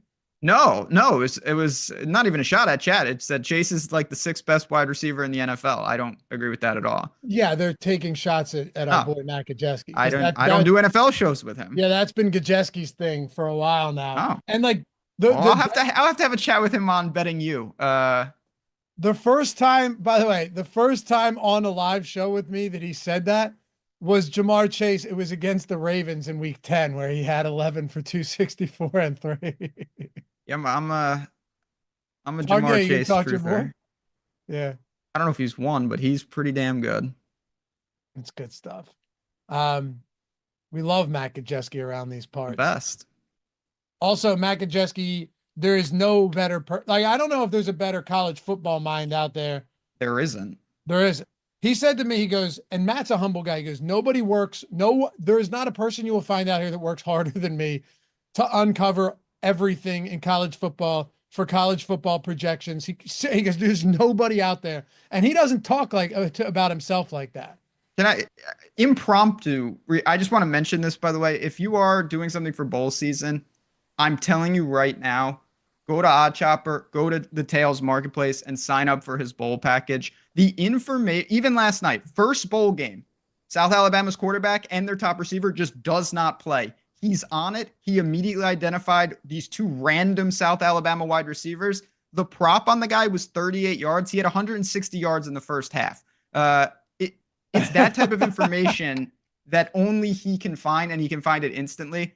I'm telling you, if you want someone who's on it in one of the most difficult things news-wise, there is no better person. I would know. I do the show with him every week. Yeah. What about the fact that there's 22 bowl slates and it's 65% off right now for the college football sims? Jordan can throw it on the screen. Matt does all the projections. Matt does everything for the sims. Link is down there, right? Even if you guys are here for football, if you're in states, unfortunately, I'm not. They took it away from me in Pennsylvania. Sons of bitches. But if you're in states where you can play college football DFS, I still think, and this is why I always loved it, if you have the right projections, you have the right guy doing these projections, if you have the right tools like the Sims, probably the best edge you're going to find in these sports with a significant prize pool. Like, dude, the Hall of Fame tweets that we've had, that Jordan and I do every week, it's, hey, Matt, thanks for the projections. The Sims won me another 10K, another 15K, 25K, 50K. I had Jordan throw them up the other day when we did the Wednesday show. Just nonstop screenshots from dudes that are winning with the Sims. There it is. Like, look, first and second place in that one, 50K, 25K. There's fifth place as well. Stokastic. All Sims users just using Matt's projections, using the tools, using the ownership, using the Sims, 65% off. And that, I asked Matt, but you would be able to confirm this as well. That gets you all the way through bowl season. All the way through.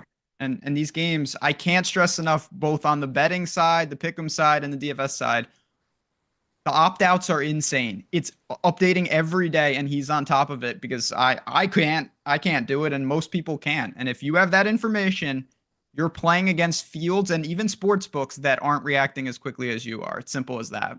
I say this with admiration and respect. Matt does not have a life during college football. I would know. Yeah. He's like, I can't do that. There's 1,020 guys in the portal, and he's not estimating. He literally knows how many are in the portal. And I'm like, okay, I respect that. Anyway, man, it's down there, 65% off the Sims. If you want to jump in on that, it's everything we have for college football. There is simply no better person in the world to do this job than Matt. And I think anybody that has used these tools would say that with confidence as well, and not just me, who is working with Matt. And if you have questions, hit us up. Join the Discord. It comes along with it. All right, Ben. Yeah, Chase Brown, always going to be a good play here, even in a tough matchup. I'm not getting to as much of him this week, though, because there are a few other guys at running back that look great to me. I'm getting still, though, let's see. Right now, I still have 25% Chase Brown, even in a semi-difficult spot. They're 5.5-point favorites. This guy's heavily involved in the passing game. He's going to play the large majority of snaps, even with Khalil Herbert getting worked in a little bit. I'm going to tell you right now, I do like Cincinnati here. I like Jamar. I like Chase Brown. I even like some T. Higgins in this spot. So that's where I'm at. Yeah, if I get to a Burrow stack, they could all work in. Chase Brown is fine. Obviously, it's not the days when he was mispriced. He's appropriately priced, but just because you're appropriately priced doesn't mean you can't be a fine play at the price point. So I'm indifferent to him, but he's going to be heavily involved against a bad Titans team. I mean, look, he's played 80+% of snaps in every game since Zach Moss went down, right? You don't get that very often out there in the NFL these days. 80+% of snaps every week, and they're still clinging on to playoff hopes. It's not over yet. So you have it there. All right, Baltimore, New York Giants. This has moved to 16.5. This could just be, a route. What's that? That's so many points. And I'm not saying it's wrong. That's just a lot. No, I was asked about it earlier, and I said, look, you do what you want here, but I'm not I'm not betting. I'm not laying 16.5 on the road. Even if they win by 40, I wouldn't feel bad about not betting the Ravens. That's so many points. Sweetheart teaser the Giants to 29.5 and then self-exclude. I'm not betting this game clearly. Teasing the Giants up would be the worst thing you could do. Don't do anything with that. This is bad. Either way, Tracy's in a tough spot. It's Tommy DeVito. I have no idea if Malik Neighbors is even healthy at this point, Ben. I know he played last week. They said he'd be limited. He was still involved, still saw 10 targets, was on the field. I know the Giants are one of only 2 teams in the NFC to ever beat Lamar Jackson as a starter. I'm not getting to the Giants today. No, there's just unless there's something that you want to take a stand on, but no, I'm not getting to the Giants. Are you getting to Baltimore though? Like Zay and Lamar, and I thought Henry's prop would be higher than 99.5 yards, by the way. I really did. I thought he'd be quite a bit higher than that. I did a little bit. I don't know about quite a bit, but yeah, I think you can take a piece. The problem, this is not like, typically the starters are not going to hit the bench. I don't really worry about that, but I do worry about just, you can be out there without being out there. Lamar, Derrick Henry, whoever, and you're just not getting a lot of work late in the game. And so there's some elements of that. I'm going to force some Derrick Henry in, though, because this is the type of game, 3-4 touchdown equity style. You know what I mean? I hear you. Yeah, he's a tough player to get to because he's not involved in the passing game. They likely don't need to throw to the backs much anyway in this one. And if they do, it's probably Justice Hill. I mean, you hope that Mitchell doesn't get involved because they're such big favorites if they go up early. But yeah, that's what's that? Yeah, that's what I mean. That's the worry, obviously. Yeah, but Dexter Lawrence is out, for the year, and it may not have been that big of a deal last week. But this is a much better line and a much better downhill running back in Derrick Henry. He could just go insane in the first half. Like Henry could have 150 and 2 in the first half, and you wouldn't go, oh man, I didn't see that coming. No, but the other side to that, there's no joke. He could have 150 and 2 in the first half, and he could finish with 160 and 2. Yeah, it could be that type of game, and that's going to be great. But you kind of hope that they keep pace a little bit. But at the same time, Baltimore can't be messing around with anybody. If they're up 40, they'll take their foot off the gas. You're up 2-3 scores. They're not going to be limiting anyone. Yeah, we look at Baltimore as this team that's in the same vein in the standings as like the Lions or the Bills, but they're not. They're what are they, 8-5? That's what I mean. They don't. They're going to make it because the AFC is the AFC right now, but still, it's not great. I mean, they're 2 games back of the Steelers, and the Steelers are 5.5-point road dogs in Philly today. Huge game for Baltimore, despite the spread. I'm with you. Yeah, I mean, maybe Baltimore, they keep. Go ahead. No, that you can't drop this game, and this is not relevant to the slate, so I won't waste time on it. But they better hope that Justin Tucker doesn't miss like an extra point today or something, because that's going to be a crisis if he continues to kick like this. Maybe not in this game, but in other games it would be. I mean, if he misses like multiple field goals today, I think they have to put him on injured reserve. Agreed. I'm saying I'm not sure that it would affect the outcome of the game. I could kick today, and they don't need a kicker today, but that's not the point. Yeah. I'm not getting to a lot of Lamar just at that price point. It's pretty prohibitive for me, but I am getting to, I have like 3% Lamar. I'm getting to a little Zay Flowers. You know what? But the problem, I could see Flowers being the one that has the huge first half and does nothing in the second half more than I could see Henry. But both Henry and Flowers as such a big favorite, I'm more than willing to take some shots. Plus, you know as well as I do, the only way that you can sit your starters in the fourth quarter is if you have just routed this team through the first three. Sometimes that just ends up being enough. Of course, absolutely. Particularly lower price point you get. And Zay Flowers is 6K. So one half of football with 6 touchdowns is going to work wonders potentially. And you know what? The Giants also, I know it seems impossible, but the Giants lose this game by 4 points or 9 points or 12 points all the time. And the game is just a normal game. Yep. So I don't really worry about that. And I'll take pieces of the Ravens top dogs today. Just the top dogs though? Yeah, I don't see any reason why you would want to go value on the Ravens today. I agree. Like Bateman's tough to get to here for sure.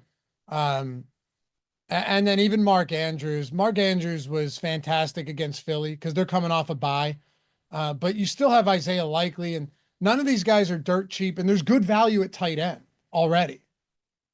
I don't think you need to pull the trigger there. Let's talk about Miami and Houston. Really fun game.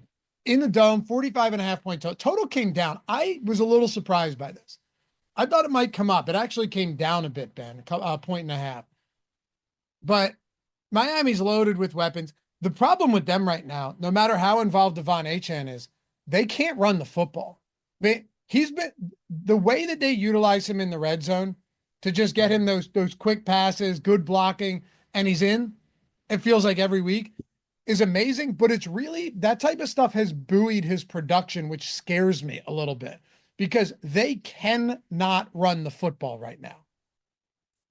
No, and again, they're going to have to figure something out there, but for our purposes with Achane, just he's getting such easy targets. He's getting a ton of work. I mean, the guy is he's got 16 targets in the last 2 games.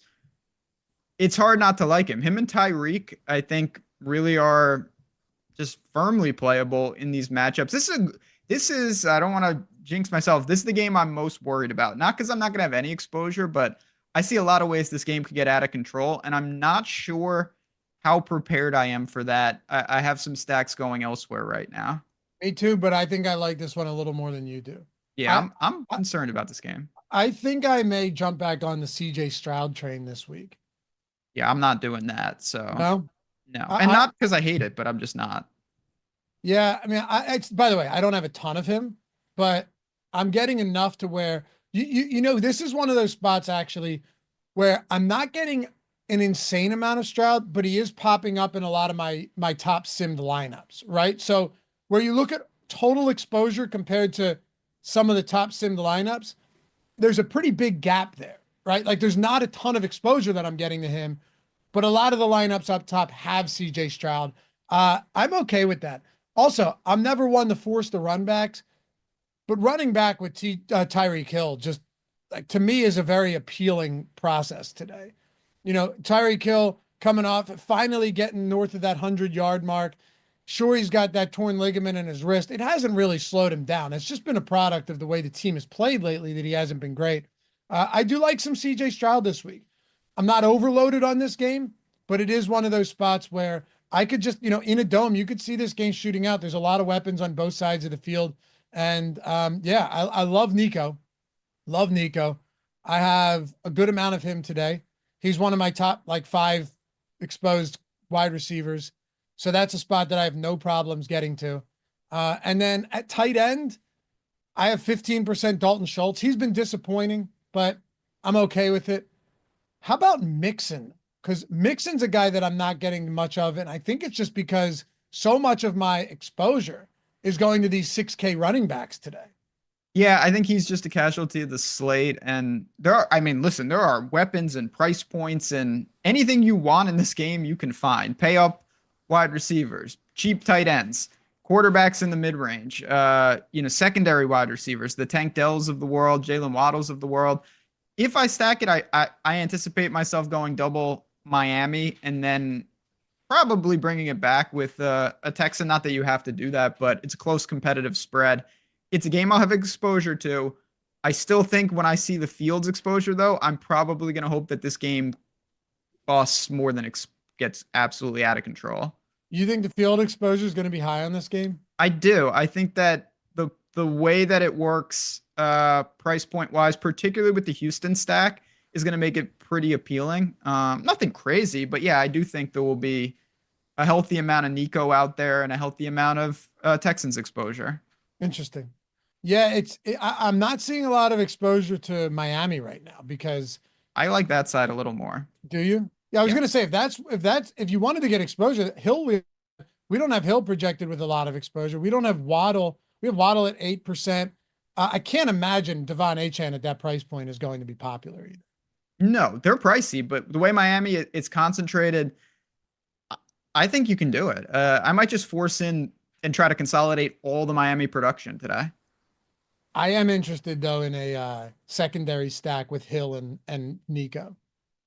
I get it. We just had does Tua's projection feel a little low compared to other cash options, Kyler and Herbert? I mean, in cash, I would still prefer Herbert personally, but yeah, I think Kyler is kind of getting a little lost today.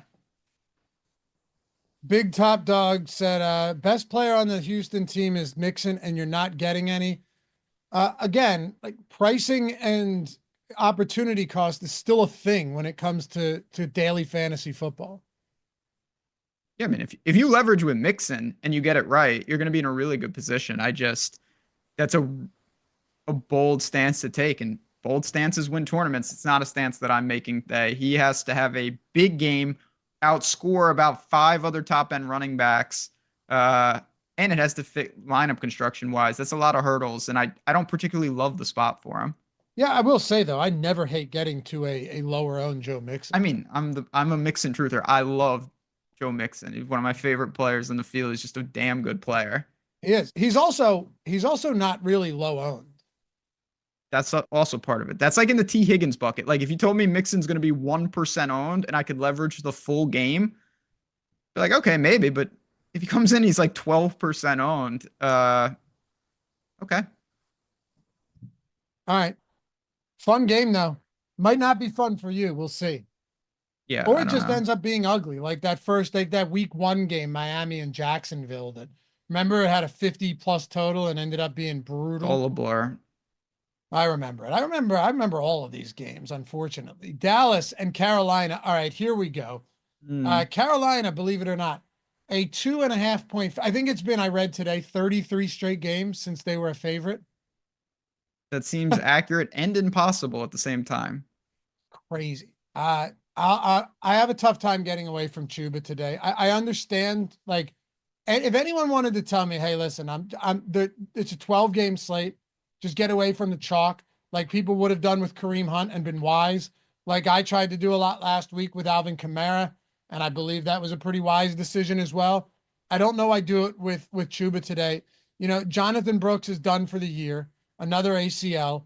Even Raheem Blackshear is out for Carolina. If you go, Ben, you'll appreciate this. You guys all will. If you look at their depth chart right now, do you know who the number 3 is, which would be the de facto number 2 today at running back behind Blackshear, who's out? No. Well, Miles Sanders is hurt, isn't he? Yeah. Velus Jones Jr. Thought he was on the Bears. Okay. Well, hold on a second. He was also drafted. He was also a wide receiver. Yeah, well, you got to convert. They have him as a running back on the depth. What I'm saying is there's no depth here. It's Velus Jones and Mike Boone. Nice. And Chuba played like 95% of snaps last week. I mean, the volume is not an issue. There's no game script or a situation where volume is not going to get Chuba there. It's just A, like, is he going to wear down? B, what if he's not effective? I mean, it's plug and play in cash. There's no doubt about it. In tournaments, you have a decision to make because he's going to be extremely popular. I'm doing nothing with him in the sense that he's not going to define my slate. I'll have a healthy amount, just like the field. I'm not jamming him. I'm not shorting him. I think he's going to be fine. But I don't really have a take, and I'm actually really happy about that. That's fine. I'll be overweight on Chuba. I'll take a stand here. I like Dowdle. I like both of them. I'm overweight on both of these guys. They're my two highest exposed running backs right now. And, is there like a negatively correlated aspect maybe to two running backs in the same game? Maybe, but both of them are underpriced.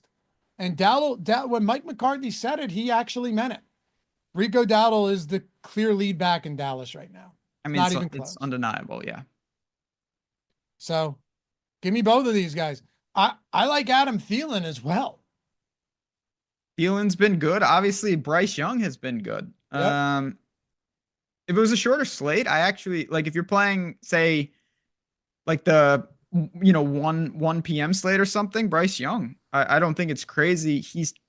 There's just a couple other quarterbacks in the cheap ranges that I like a little more. So it's nothing to say he's been improved, but Thielen is clearly the guy that he's most comfortable with, and I'm fine with that as well. The way I see this game is it grosses me out, but I'm going to be getting exposure here to Thielen. I have 16% right now. I like that. Clearly, you remember last year, even as a rookie with Bryce Young is a rookie. Thielen was the clear top target for him, right? And no doubt. Now there's no Deontay Johnson. Bryce Young's playing better football. I like Chuba. I like Thielen. I like Dowdle. I'm not getting to a lot of CeeDee Lamb, and I think that just comes down to the fact that I'm getting more Jamar Chase. Like he's the guy that's taking up a lot of that exposure for me in the top range. And Nico Collins. Me too, but you can put it up on the graphic. I think that's the one this week. I think CeeDee Lamb is the Megamind Genius play of the week. He's 7,300, and I honestly had to look a couple times just to see if he was playing because I have not heard one person mention CeeDee Lamb whatsoever. Every person is enamored with both running backs, including me. And if they're not, they're talking about Adam Thielen on the other side. I'm freaked out for a lot of reasons. That's why it's extremely aggressive. He's banged up. He's not in the best spot. There are objectively better wide receivers at similar price points, like Tyreek for me. CeeDee Lamb is going to be lost, and that is always interesting because he's still CeeDee Lamb. So no stack, but Megamind Genius play of the week is some $7,300 Lamb. I love it. I'm with you. Yeah, if you go there, you could kill Dowdle a little bit. It's not like they can't coexist, but if CeeDee Lamb has, multiple touchdowns today, and I know he's got a shoulder issue. That's why it's extremely aggressive. I mean, he's objectively a worse play than the guys right next to him, including Tyreek. But that's why you can roll the dice in tournaments. And it hasn't stopped him from playing, so I get it. But yeah, Chuba, Dowdle, Thielen, Lamb, all four viable today. All four of the top dogs. I'm not digging deep though here. I'm not going to any of these second or third string Carolina players unless it's like a Bryce Young stack.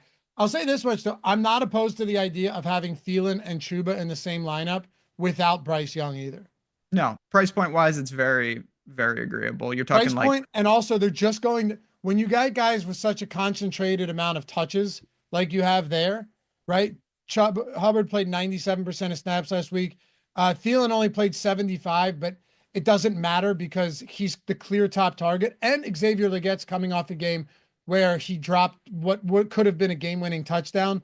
I just think those are the two clear focal points for Carolina today. Yep. I have some Carolina defense worth mentioning. Okay. Jets and Jags. Your boy Evan Ingram hits the IR. Didn't see that one coming. This game shouldn't be played. Can you believe the Jets are still 3.5 point road favorites at this stage of the game? I mean, this is just an awful game. Breece Hall's expected to play here, and I'm getting some of him in the Sims. And I know that some of that is going to have to do with, what props look like in this game and stuff. I could not be less comfortable with a play than Breece Hall in a year that is completely lost. It's gone, right? I'm maybe this is a horrible decision that you can talk me out of because he's down to 6,400. I'm really considering trying to get him out of my lineups. My concern is that Isaiah Davis and Braylon Allen, two rookies, are just going to continue to get mixed into this offense. I think that's pretty reasonable concern. It's a 41 point total. It's teams that are going nowhere.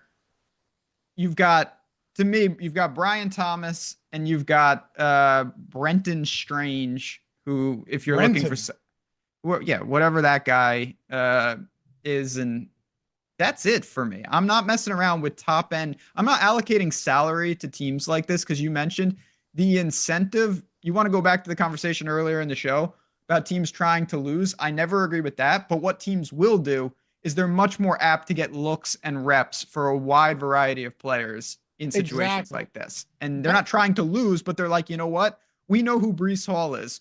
Let's see some of these other guys. And I worry about situations like this. There's increased variance. I don't want anything to do with that. And he's just not, we know he's not fully healthy. The whole, like the Breece Hall playing 20% of snaps thing, I think is live today, where they just use him, but don't really use him. I don't love that. Marvin H said, I don't like him, but Rodgers feels sneaky today. You know, I thought about that on Tuesday when you and I were talking, but I keep coming back to like, there's just no rushing upside here. And with that in mind, the guy throws 340 yards last week, finishes with 20. Like he doesn't have more than 20. 21 is his ceiling game this year against the Patriots. It is a good matchup, but I talk about threading the needle a lot. You really need to thread the needle with a guy like Rodgers at this point in his career. And I don't know if I want to do it. I'm with you. I get exactly what that logic is right there. It's just coming up a little short for me. Are you getting anything from Jacksonville? Because for me, it's basically Brian Thomas. And I still think Brian Thomas is super viable in this game. I'm always willing to go to a clear number one. He's a rookie, but this guy's good, man. And I swear he was going to finish with 0 last week. We looked at halftime. He had 0. He had 0. Finishes with 8 for 12 and 86 yards. And then you had this was funny. I'm sure, I don't know if you saw this, but then you had, was it post game or maybe later in the week where you had, what the hell was his name? I have no idea what you're going to say. I'm very interested. Oh, well, I mean, it's bad when I can't remember Mac Jones' name. Oh. Maybe that's Mac Jones' fault and not mine. That he's saying Brian Thomas demands the football. And take that for what it's worth, but who the hell else is he going to throw it to today? And if you wanted to make the argument, well, yeah, but like the Jets defense has been really good in the pass game. This whole defense has just crumbled over the last month. So Brian Thomas would be the guy for me. I'm always on board there. Yep. I'm with you. I'm fine with him. And I'm fine if you want to punt tight end completely with $2,500 Strange. Sure. That's fine. DJ Reed's out as well for the Jets, and Sauce Gardner's not even having a remarkable season. So that's pretty much where I'm at for this game. Same. Awful game. Any interest in Garrett Wilson or Devontae Adams? 0. Okay. Even with the decreased price points, just not interested. No. Pittsburgh and Philly. All right. We make our way into the 4:00 games, Ben. Really fun window here. Pittsburgh and Philly, no George Pickens. I thought they'd get him back, but that might be a problem. Same. I got to watch Hard Knocks, see what's going on. Oh, the in-season Hard Knocks. Have you watched any of that yet? I put it on a couple times, like just in the background when we were just like hanging out, going to sleep. And it's hilarious because it's the entire division. And you can just, if you didn't know anything about football, you immediately can tell how just brain dead some of the Browns and the Bengals, it looks like a clown festival. And then the Ravens and the Steelers, it's like, yep, you could tell these teams just, they've got it going on. Yeah, you could tell the other two are in the basement. Yeah, Mike Tomlin. I'm not the biggest Mike Tomlin guy, but it's clear he knows what he's doing. Obviously, it's not. Why are you? I'm a huge Mike Tomlin. I think he's. I just don't love his in-game. He makes hell of a better decision than me. I'd be running Justin Fields out there if it was my call. So I mean, this. Look, he knows what he's doing. I know a lot of people get annoyed with Mike Tomlin and some in-game decisions and stuff. Yeah, I don't. Hold on. This is still a coach that has taken some teams with no quarterback into the playoffs where many other coaches wouldn't have a chance. Not to mention that Matt Canada had been such a terrible offense. I don't know. I'm a huge I also like Mike Tomlin. I like him. I like him more than I like his coaching. Yeah. He has some of the greatest sayings too that are just kind of effortless. Big fan. Him and Andy Reid are my two guys. Like those are my two favorite coaches. Yeah, not a big fan of either, Why are honestly. you not a big fan of Big Red? He's the He's great. fine. I just don't like the Chiefs. Doesn't matter. Any coach where the players love him, but also because the players will only love a coach for as long as they win, right? Like as long as they know that they can help them win. Sure. You know, the rah-rah coaches, sooner than later, it's like, all right, we've had enough of you, right? We've seen that plenty of time. Then who are your favorite two coaches in the league? Antonio Pierce. Yeah, stop. Stop, come on. Really? My favorite two coaches in the league. Yeah, Andy Reid and Mike Tomlin. Big Mike McCarthy. Yeah. God, I just hate all the coaches. I also like Todd Bowles as a Sirianni, honestly. Oh, I like your coach. Yeah, I know. Yeah, He only wins like 90% of his games. I know. It's horrendous. What a moron. You're trolling. Matt LaFleur, I think he's just solid. Total asshole, but good coach. Oh, Jim Harbaugh is one of my favorites. Oh, Jim Harbaugh's number one. Never mind. I just forgot about. Honestly, I like John Harbaugh too. Me too. Both of the Harbaughs, but Jim Harbaugh is the man. Dan Campbell, I love too. You're not a Campbell guy because you don't like. All right, that guy though, I don't like him at all, but I love the fact that guy is just like, I'm sticking to who I am and it's work. Like, you have to at least respect it. I respect him more than any coach because he didn't change who he was, and I thought that was stupid, and it worked. So good for him. He's awesome. And low key, Kevin O'Connell's a fantastic coach for Minnesota. Yeah, no, I mean, that guy turns quarterbacks around like there's no tomorrow. Yeah. Yeah. But Andy Reid's my guy. Dan Campbell's the man. Jim Harbaugh. We got some good coaches for sure. Malcolm said Harbaugh completely changed the Chargers' identity. Exactly. And that is a team that had the personnel on the field without players or without coaching. Now they don't have the personnel, but they have coaching and they're winning. It's so funny how that works. I can't believe I have to say this, but if you actually think that I'm an Antonio Pierce fan, chat, just you can't stand the guy. Yeah. I mean, he's the worst coach. He's in the Nathaniel Hackett and Brandon Staley bucket. Yes, they should have after 1 week been like, what, we screwed up. Sorry. We're not gonna wait. He's the perfect example of a rah-rah guy that only works when you're winning football games. Right? Which is infrequently. Yep. Anyway, let's keep it going here. Sorry, sidetrack that for a second. Fun conversation though. I don't know if they get AJ Brown going, but I definitely have to ask you because you had some choice words. That's not fair. You had some interesting thoughts on Philly earlier this week based on what ownership could look like.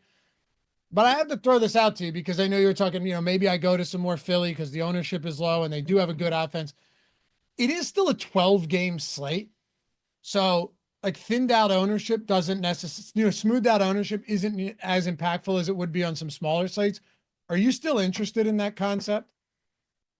I am interested in that concept. I'm just interested in this game because this is one of these classic, to me, when you look at totals, and I know the total is the total, but I would much rather have a low total with superstar players in the game because I think they can kind of still get there. Whereas some games when you have like a 38-point total, 42-point total, it's just the players are terrible. The game is terrible, like the Jets and the Jaguars.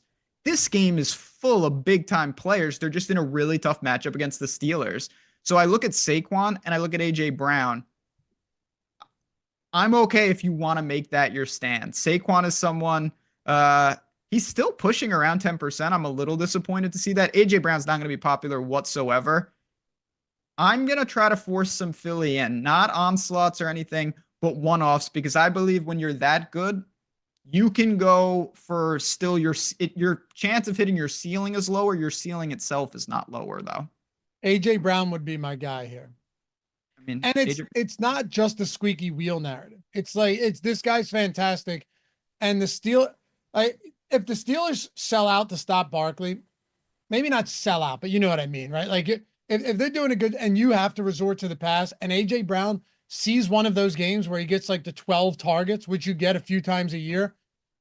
That just means that, this guy's fantastic after the catch. He's so good. He's always open.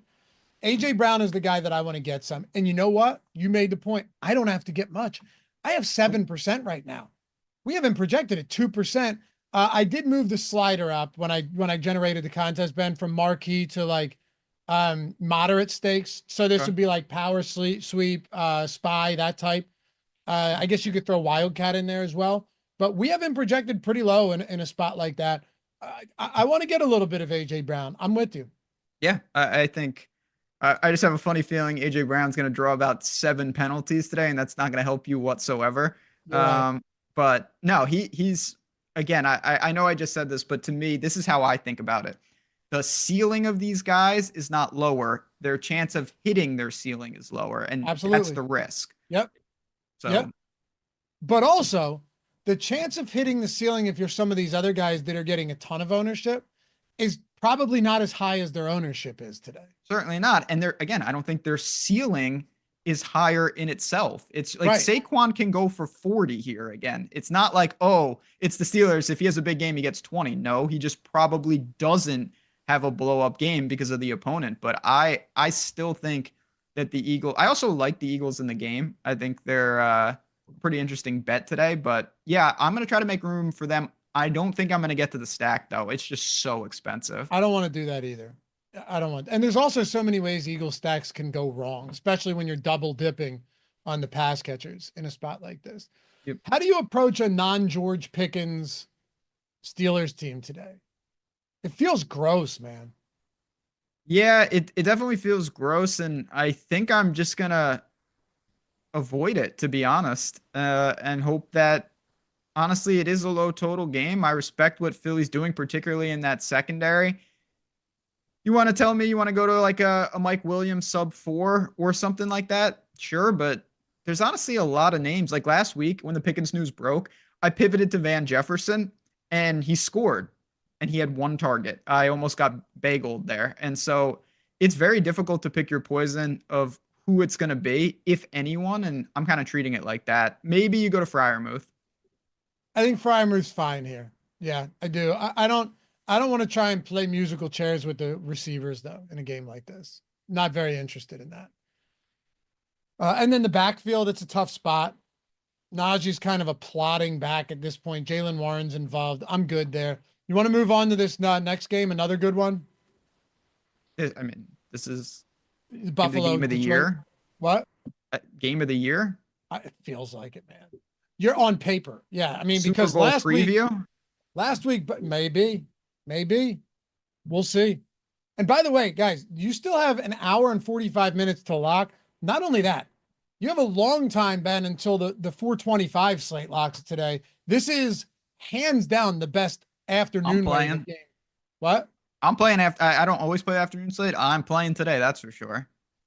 Undisputed best afternoon slate we've had all year. All of the tools that we have, ownership, the sims, the contest generator. Obviously you have we have the late swap tool, which you may think you only need for NBA. Might not be true today. A lot of notable questionable players coming in on this 4 o'clock wave where almost half of the games are kicking off at 425. Really interesting stuff. If you wanted to get all of the tools for free, not to mention, like if you wanted to run the sims for an obscure showdown slate on the main slate, like just an obscure showdown game, you can. All of our tools, every single slate you can think of, from every showdown to every afternoon, main slate, early slate, you name it, we got you covered. And Ben, what if I told you that you didn't even have to pay for it?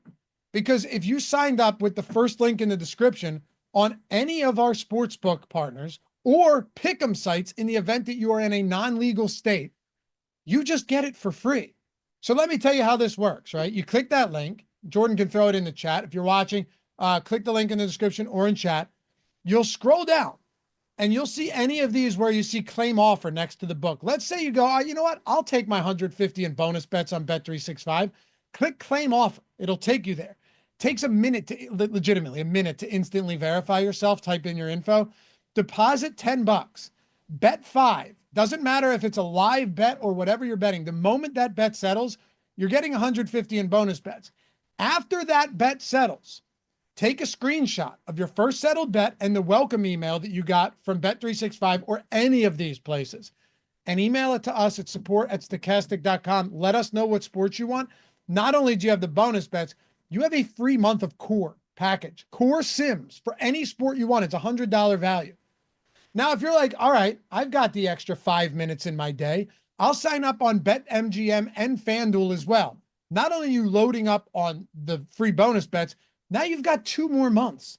So what are we in, December? So you would run this out if you got 2 months of NFL to the end of the Super Bowl, to the end of the season, right? And you could tack on an extra month of NBA sims as well. $300 value. I mean, listen, it's the best deal we've ever done. You click claim offer, you sign up, you place your bet after depositing. If you signed up on those 3 books, that's $25 in minimum deposits total, 10, 10, and 5. And then you got $300 worth of sim subscriptions. There's nothing better that we've done. There's no easier way to get the tools, Ben. And it's just, look, you're going to build better lineups. You're going to evolve with the way DFS is played. You're going to make more money, and you're going to have more money in bonus bets on all of these books. Yeah, there's nothing else to say. Home run, and it's flexible. So we talked about the bowl season. We talked about NBA. Find what works for you. Find what you books. could get college as well. That's what I mean. A perfect time to say, you know what, I wasn't going to get for college football, but I've got an extra month to play with. Boom. Just have it in your back pocket. It's that type of thing that makes the difference. Yeah. Yeah, you could essentially have all access sims by signing you got it up covered. on like $4 or $5. Yeah. Anyway, check it out. Links down there. And join the Discord. You guys have questions, well, hit us up. There's a lot of sharp people happy to help you. Greg does office hours in there all the time. Steve Buzzard, one of the best DFS players ever, does office hours in there every single week. Let's talk Buffalo and Detroit. Keon Coleman's not on the injury report. Do you think Kincaid plays? Got a full practice in. I think he does. I do think he plays, but I'm not sure I'm going to get to him. I don't think I get to him. There's a lot of mouths to feed with Amari in there as well. How tough is this team right now? What do you like? I've been waiting all show to ask you about this because I don't know. I don't know what to do. Yeah, it's just like last week. I said this on this very show. I was worried about the Buffalo game. You and said I got super nuked from that game. Dangerously crushed. And I'm not as concerned about this game, but I'm still pretty damn concerned considering the total. I mean, Josh Allen's out of control. And I mean, he's not going to have another 6 touchdowns probably, but it's just super tricky. He can run them. Shakir was unbelievable, but you mentioned the mouths to feed. I'll tell you this, I'm not going to get to the backfield, and that'll probably be the leverage spot, but I just don't like it on this slate. I'm not going to get to James Cook. He was a ghost last week. 6 carries. Bad. Yeah. Dude, I was salvaging last week, and I think I hit you up. I was salvaging with a bunch of the single entry stuff, just min cashing. I was like, all right, I'll lose, but this will not be a bad week. It'll just be, a typical not great week. I had Jawan Jennings. I had Isaac Garenda. I had Zach Charbonnet. Understandably, some of these guys were popular, but still, like, I'm in the money, and there's 5 minutes left in that game. Like, okay, so very least I escape, basically unscathed. I ended up not cashing any of them. It was like that, man. It was a crazy situation. I'm hoping, and chat just mentioned this, that it's one of these games where kind of like what the Lions do. Everyone does a little bit of everything, and you don't. Yes. Everyone gets like 18, and it's like, okay, they weren't bad, but I don't need the 47-point Khalil Shakur or the 200-point Jamison Williams output. That's what I'm trying to avoid. I'm going to try to force in some Josh Allen just because he's that good, but I still probably come in underweight on this game. Well, I'm going to tell you right now, my exposure to this game currently is frighteningly low, and it scares the shit out of me. But I don't know how. Here's the problem. Unless I'm stacking Josh Allen, I don't know how to fix, or Jared Goff. I don't know how to fix that because as one-offs, none of these guys look that great. You see what I'm saying? Like as one-offs and not a full-out game stack or onslaught, none of these guys look fantastic compared to the rest of the slate. That's what the hang-up is for me. It's such a weird balance because it's not any of them individually. They're in a game that could have 10 touchdowns total. It's just a game that is going to have so much, but it's a really tricky build. Obviously, people are going to stack this game up. I'm just gonna try to survive. I'm gonna have pieces. I want to be clear, but no, I'm not jamming any of these guys. Me neither. Pete Warner said naked Josh Allen is the only logical play. It's not crazy actually at all. Like It's a not, naked what's that? yeah, yeah, it's not crazy. It's not the only logical play, but it's No. not crazy at all. It's not crazy at all. But I guess if you're saying like if you're say you're using the single lineup sim, you're building one out in our single lineup sim, and you're like, well, okay, I have Josh Allen, but now I'm trying like, okay, do I go Amari? Do I go Kincaid? Do I go Shakir? You know what I mean? It's just so difficult to figure out. I don't hate that concept at all. Tough game though.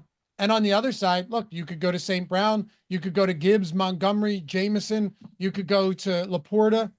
It's a pick your poison spot, but they all actually feel like poison in the sense of you're just throwing darts.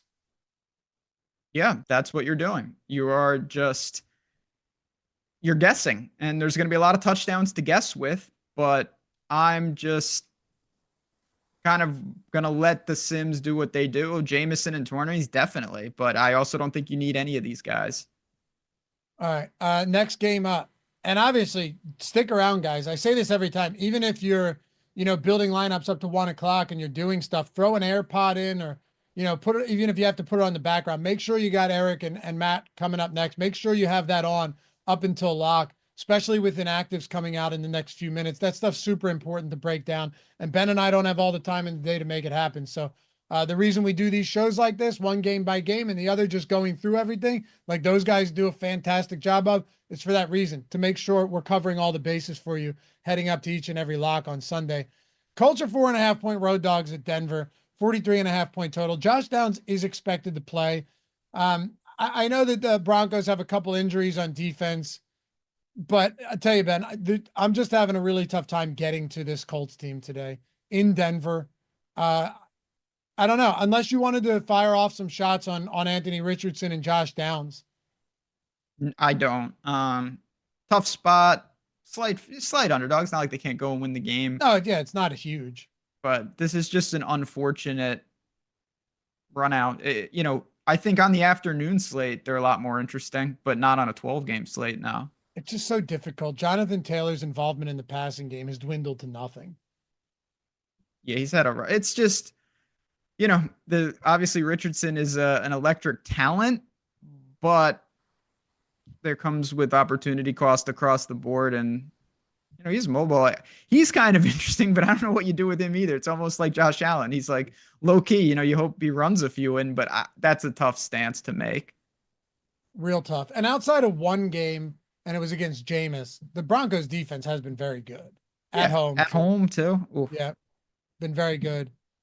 But I don't think I'm getting the much Broncos either. That's so I could say all of that, but I have a little bit of Bo Nix, a little bit of Cortland Sutton.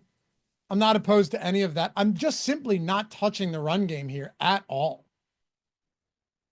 Yeah, I mean, it's not the run game. No, Sutton. Actually, I have a lot more Sutton than I just reran it and just got my result. I have a lot more Sutton now than I did earlier in the morning. He's actually one of my higher exposed wide receivers. So let me take that back. He's in a good spot. He's in a good spot. I'm fine with him too. And I'm fine with pairing him with Nix. That's about the extent of this game for me though. No Vele or, Mims and those type of guys. I just, there's 50 of them on the slate and I bet 5 have a good game. Yeah. Yeah, I'm looking at it. It's basically a lot of Sutton.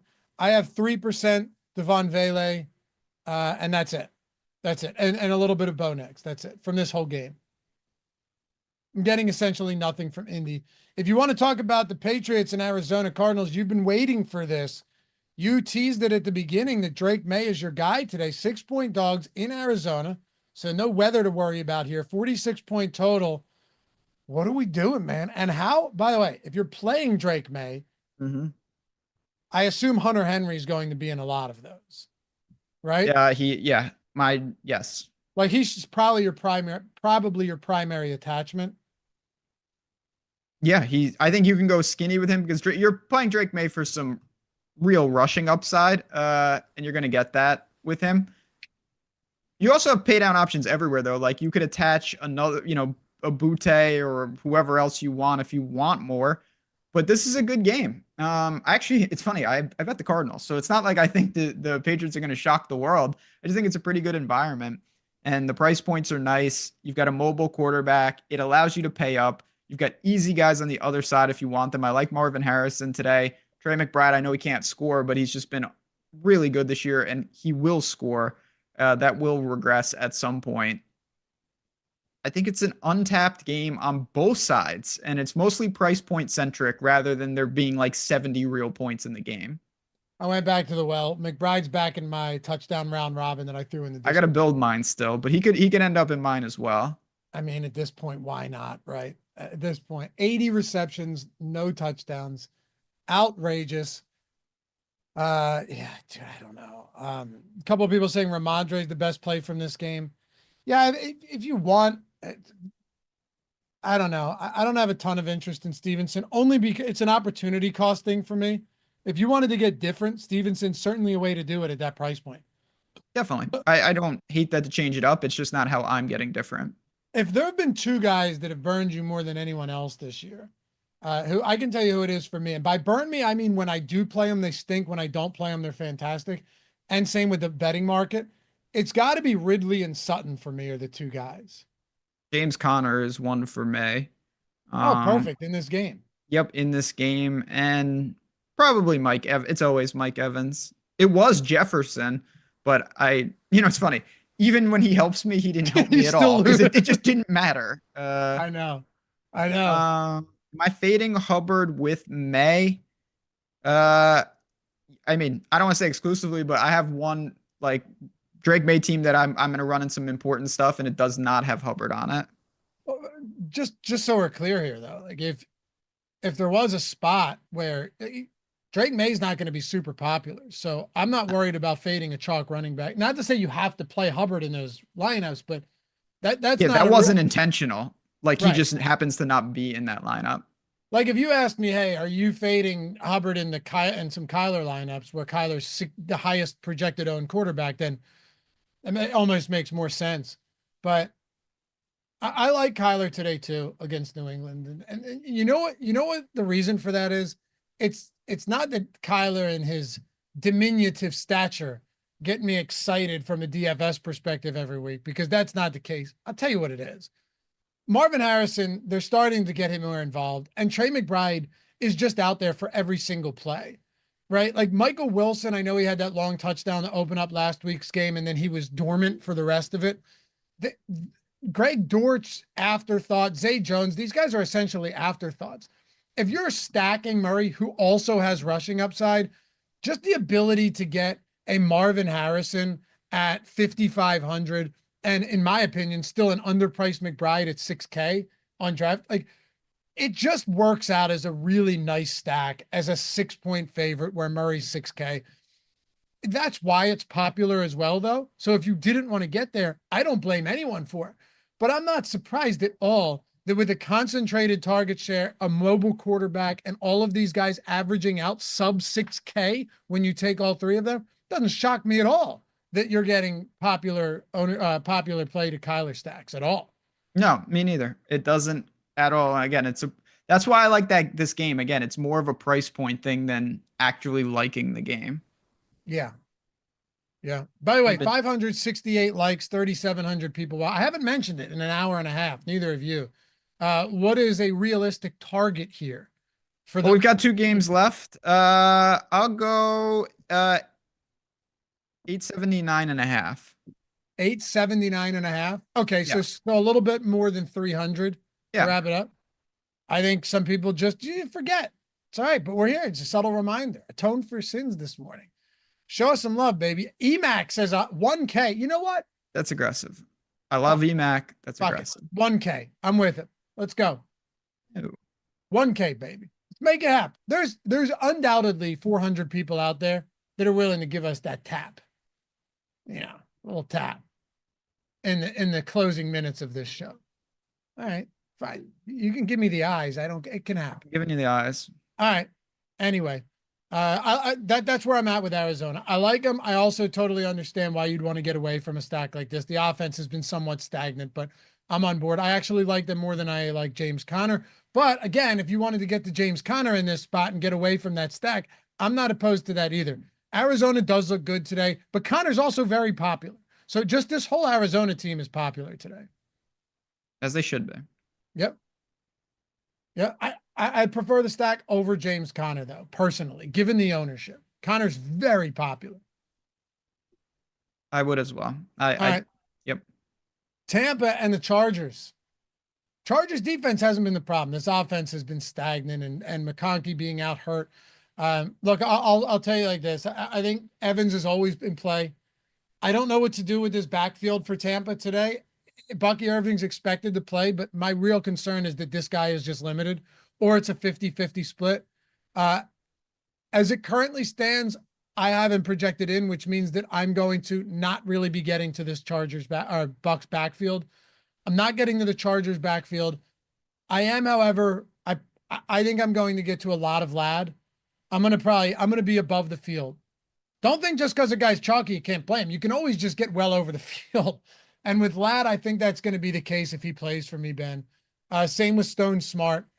And I know last time Herbert was chalk. That was against Atlanta, and he was terrible. I'll go back to the well. I'll eat some chalk here. There are a bunch of spots I'm fading the chalk. This is one where I actually like it against the pass funnel Bucks defense, and a big game for the Chargers as well. Huge game. Good one. I'm with you. It's a little freaky because Ladd's going to be popular, and he's obviously hurt. I mean, didn't play. Clearly, you're assuming he does play without limitations. And it just makes it an awkward build. But yeah, they're in a great spot, the Chargers. I think this game, Tampa is more than willing to be a good dance partner to get up and down a little bit. And I respect the Chargers defense enough to suppress maybe some of the Bucks' main weapons. So my exposure to this game is going to be limited mostly to the Chargers side. Dance partner. I like that. Yeah. That's nice. Good job. Thank you. Yeah. I'm going to use Do what I can. All right. Gil Torres, thank you, Stokastic community, for your knowledge. I took down 3 tournaments in the last 2 weeks. Hell yeah, brother. I love to hear that. And Wally Ball says, I swear the guy's from the future. This guy. I'm not kidding. I think he might have information from the future. Sometimes you just know. But he's winning every sport. And he goes, I'm making like some small adjustments to the projections, but otherwise I'm just running. It's just like, wait, what? He's just running the Sims. Dude. Yeah, I know. It's crazy. I know. Yeah, I'm not saying everyone's going to be in, but like we said, links down there to everything. You want a month free, you can do it signing up with the Sportsbook partners, college football DFS, all of Matt Kajeski's projections with the Sims and everything we have. 65% off for the rest of the season, every single slate for the bowl games. I mean, we're making things happen around here. Or rock the Stokastic avatar, stokastic.com/HOF. Yeah, seriously, there's so many ways to do it. Finish top 3, go to that site, download it before the slate starts, upload it wherever it is you play. Finish top 3 in a field of 5,000 or more, even if the entry is 10 cents, doesn't matter. Just finish top 3 in a field of 5,000 or more. It can't be more than a 3-way chop either. Otherwise, we'd be out of business here. And tweet us your wins. It's Stokastic HOF on Twitter.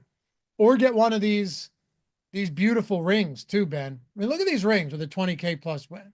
I get to see them all the time. They're absolute. Just doesn't get better than that. Yeah, it's a beautiful. You put one on your desk, and then you know what happens next, right? What? Buddy comes down and goes, "Man, look at that. That's beautiful." And now you feeling the way you are because you have that ring, and you pull him close. You say, "Come here." You grab him by the collar and you say, "Get the fuck out of here." Yeah. Yeah. Okay. I So didn't envision my experience like that going that way, but sure. You will never have one of these. You grab him tight by the collar, and then you just kind of quick release it, shove him out of the way. That's good to crush around the holidays. There's nothing better than crushing your friend's hope right in front of them, I guess. I'm not. Hey, you look, you say, "Do you see this? You see this? You'll never have this. Okay. You'll never have what I have. Now get out of my face." Take him to the cornfield. Anyway, go ahead. I could see you doing that. Yeah, it's like looking in the mirror, hearing myself talk. All right. I told you where I'm at for this game. I like a lot of it, mostly on the Chargers side, but I'm always willing to get to some Evans. I'm not opposed to Kate Otten now that his price has come down either. This could actually end up being a super disappointing game or a game that shoots out and you need a lot of it. And it's a 4 p.m. game. Yeah, again, I think the environment is there. I still think ultimately the Chargers have a pretty distinct identity to suppress like out of control. But to speak to the other side of that, we knew, and both of us kind of thought this, that their defense was good, but it was not nearly as good as it seemed. They beat up on some garbage offenses early. When they played the best of the best offensively, teams moved the ball without honestly that much problems. And I think Tampa will have some success today. Such an absurd bit. Yeah, that's something. But if you picture it in your head, it's great, isn't it? Because it's no. Get to the last game. I'm gonna get you on board with me soon enough. FanDuel game. Let's go. Eric and Matt coming up next. Green Bay, Seattle, 46.5-point total. Walker's not going to play here. He's doubtful. He hasn't practiced all week. You look at the ownership over on FanDuel too. Charbonnet's just still too cheap. Even though his prices come up, Ben, he's still too cheap. Yeah, I mean, he's just an elite player, and he's got a massive role in this offense. Keep an eye, again, you want to plan ahead if you're using this game, just so you have some abilities when we get more news. But there's so many games, honestly. Is there a lot of other things? Like Green Bay didn't stand out to me. No, they don't stand out to me either. And just looking at our ownership for FanDuel right now, you can go in, whether it's in the Sims or the traditional ownership, and just sort by matchup for a spot like this. And I was looking at it before the show started. It's Charbonnet clearly, right? Like Charbonnet clearly looks good in this spot. There's just no doubt about that. After that, Jacobs, I think, is always going to look good because of his involvement. And he gets every opportunity in the red zone. This guy went from not scoring at all to scoring 8 times a week. Those are the two guys I like. I don't love the quarterbacks in this spot, though. I don't love the quarterbacks in this spot. The pass catchers for Green Bay, you want to talk about trying to hit a moving target. I'm just wildly uninterested with 12 other games to get to. JSN is not cheap. Metcalf isn't super cheap. It's not the best matchup in the passing game. It's Charbonnet and Jacobs for me. I think both of them look good. Charbonnet clearly looks the best. Fair? Yep. Yeah, I think this is just a better real life game than game to target, to be completely honest. Agreed. Thank you for the 44 months, Brandon Wagner. You two are hilarious. Good luck today, boys. Appreciate you, man. Hey, thank you to all you guys hanging out. Wally Ball's popping in chat. The tools work. Small adjustments and run it. LOL. Yeah, it's the best, man. Hey, have a great rest of the day. Shout out to Jordan for producing. Still under the weather, but this guy's pulling the marathon stream today. Then you can, presumably, go back to bed. Ben, they can follow you at JazzRaz Bets, me at Lofty_D. Anything else before we get out of here? No, as always, just appreciate you guys tuning in. Take advantage. Holidays coming up. It's a great time for the sports world, both in betting and DFS. So if you guys have questions, we've got answers, and we hope to see you back next week with some big screenshots. Now tell him, say, now get the fuck out of here. Now get the fuck out of here. But yeah. But don't stick around, Greg. Seriously, don't leave, because really good information is coming. So great job. You just eroded the audience for no reason. Eric and Matt coming up next. Later, guys.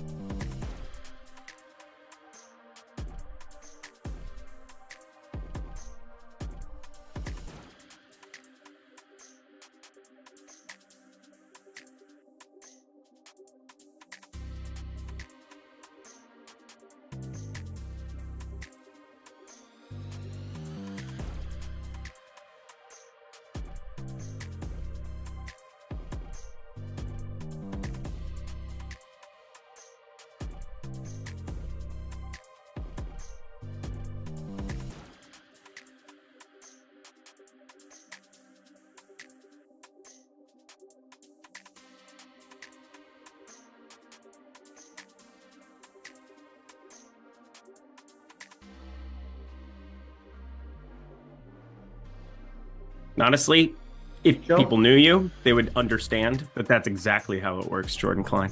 I only know a couple words.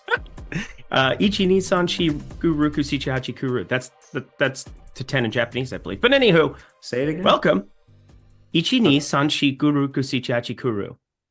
I don't think so. That's Japanese? Yes, I believe Japanese. Oh, I learned it when I was like in first grade. So, welcome to NFL Live Before Lock, everybody, presented by Stokastic. I'm Eric Lindquist. You can follow me at Eric Lindquist over on X. I've got my friend, well, my good compadre, my movie knowledge secured, Matt _Gajeski. We've been sitting sidecar all season long. We're all ready to week 15. What a time to be alive, my guy. Sitting sidecar is a great way to describe it. What's going on, Eric? I'm doing well, man. I like that description. It made me laugh.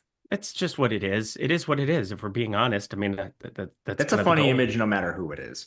It is, but hang on, just pull up the graphic right away. Matt's wagon of the day. Nothing will ever beat Matt's wagon of the day. You had it on cue, Jordan Klein. You knew exactly where my brain went.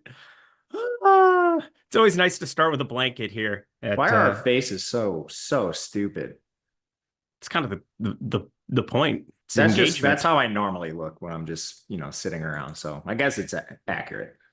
Well, you know who else is going to be sitting around? David Njoku, who is going to be inactive for today. We have Jordan Akins, potentially another one of these cheap guys to throw into the tight end pool. But I'm working through some of the actives and actives. I think the main one, making sure Ladd McConkey is wearing a uniform in the afternoon. That very, very much matters to me, to you, to everybody who isn't at the DK Live Final where they don't have late swaps. So there is that. But anything you're looking at here with the actives and actives, because Tony Pollard, kind of surprised that he's suiting up, but definitely helps Tennessee, I suppose, stay a little bit closer in that one. Yeah, the real big one was Njoku. We got the Stover news a little while ago, which was impactful. So he wasn't quite, like a real late inactive, but still, that came this morning. The appendectomy, I think it is, that sort of solidifies Dalton Schultz.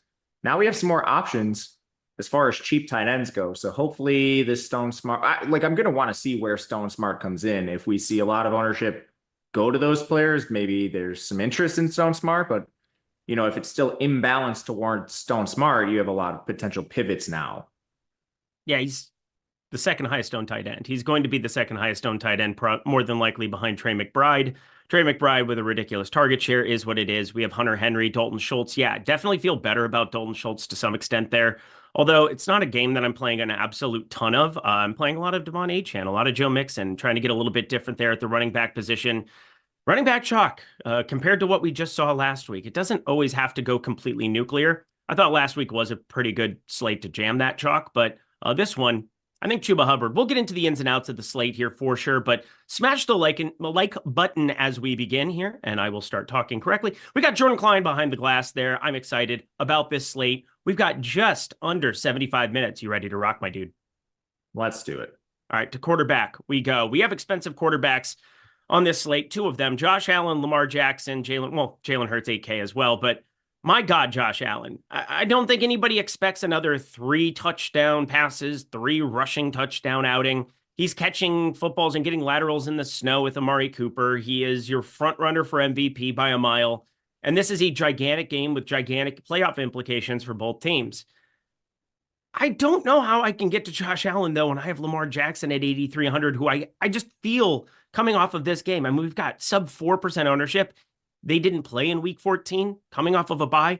I guess the question is, well, how much can the Giants push him on the other side? But I gotta like Lamar Jackson at this ownership, and knowing what the public does, what just happened last week. Josh Allen set off a nuclear bomb, and as such, I think he's kind of the interesting tournament guy for me. Jalen Hurts, A.J. Brown told me that he doesn't know how to play quarterback, so no, that's not the reason that I'm not playing him. I'm just not landing on him here in the data. How do you feel about the top end of quarterback? Because Lamar Jackson, I think, is a little bit slept on.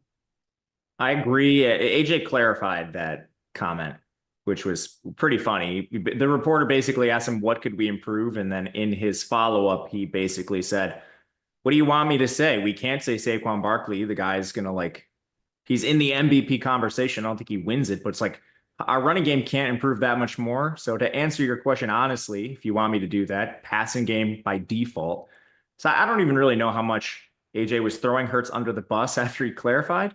I'm with you on his projection today, though. He's really hard to get to. our raw projections have him below guys like Kyler Murray, Justin Herbert. So you're going to be really sacrificing projection to go down to Hurts. That game environment is just significantly worse than the other quarterbacks up at the top. Allen, I think, is self-explanatory as kind of a luxury spend. He's projecting the best. It's a back and forth game environment with Detroit, when you wouldn't be surprised at all to see that game go off. The problem with him is, who are you stacking him with now that we're getting back Kincaid and Keon Coleman? It becomes a little muddier for him, but I still think it's worthwhile to take shots, especially if people are scared off for that reason. And Lamar, I think people are really overreacting to game script stuff with him. The Ravens have actually thrown the ball more in blowouts than you would expect, over expectation. This is a lesson you learn in college football, and we rarely see it in the NFL because of the parity of the sport. You want players on teams that score a lot of points. Yeah, there's a chance it's all Derrick Henry. There's also a chance it's all Lamar Jackson through the air on the ground himself. So just like not playing Lamar Jackson because there's potential for this game to score a lot of points and because game script favors the run in those situations, I think it's a little bit negligent. Yeah, almost all of my best tournament weeks this year have been Lamar Jackson plus Zay Flowers. It's been some leverage. You've been on that all year. All year. He's also, I'm on it because of you, if I'm going to be honest. In best ball, Lamar Jackson is by far my highest owned quarterback. He was in your projections. And if you guys aren't aware, Matt Gajewski has best ball projections for free for everybody. He had them this year. Might have to be running that back. I'm having a pretty good best ball season. It's a little bit in peril now with David Njoku out. He was somebody that I got tons of in best ball, so that's going to be a huge dagger for me. We'll see if Dalton Schultz is good, so you won't be alone there. Yeah, I hope so, because I have some Dalton Schultz kind of waiting in the wings, and this is probably the best spot we've seen for him in quite some time. Even without, they've been without Nico Collins, they've been out without Stephon Diggs. I'm just waiting for that ceiling game, but now I just need actual raw points at the tight end position rather than taking a 0. So I'll take anything I can from Dalton Schultz and live with the result. Fading Trey McBride probably heavily in the best ball streets today. But we continue on our merry way here at quarterback. I think, if you want to get Josh Allen, once again, I'm not saying don't, but coming off of last week, we'll see. We'll see. It's one of those where the artificial ownership, it just showed up on Aiden O'Connell last week. It could certainly show up on Josh Allen when it's kind of a can't miss total that sits on the board. Jaden Daniels, this is an interesting one as well. The rushing equity, he's up to right around 40 for his rushing prop. 38.5, I think, was the last one that I saw. Joe Burrow, he has no rushing equity, but you know what he has? 2 pass catchers who make life pretty easy on him in Jamar Chase and T. Higgins. He's playing some unbelievable ball. And now you get Tony Pollard in that one, which I don't know if it helps or hurts. Maybe it helps a little bit in terms of like you get some points pushed on the other side that we maybe weren't expecting, but Tony Pollard can be a difference maker as a running back. We've seen that at times this season. Probably helps the overall game environment more than anything, although I don't always think about it from that perspective with a running back on the opposition. Just 2 guys in the 7K range. I think they're both interesting for tournaments. Do you have as much Joe Burrow as I do is the question. Still working through some.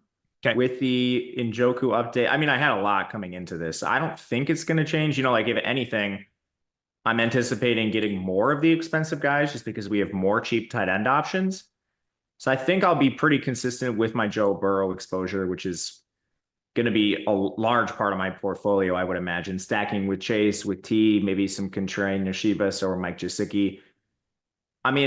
Even with Tennessee on the other side, and I don't think anyone's all that excited about Levis, this Cincinnati defense is so bad that they're just constantly propelling them to shootouts. Like, this is the best matchup Levis has had all year. Not that I want to play him, but it still sort of helps the overall game environment.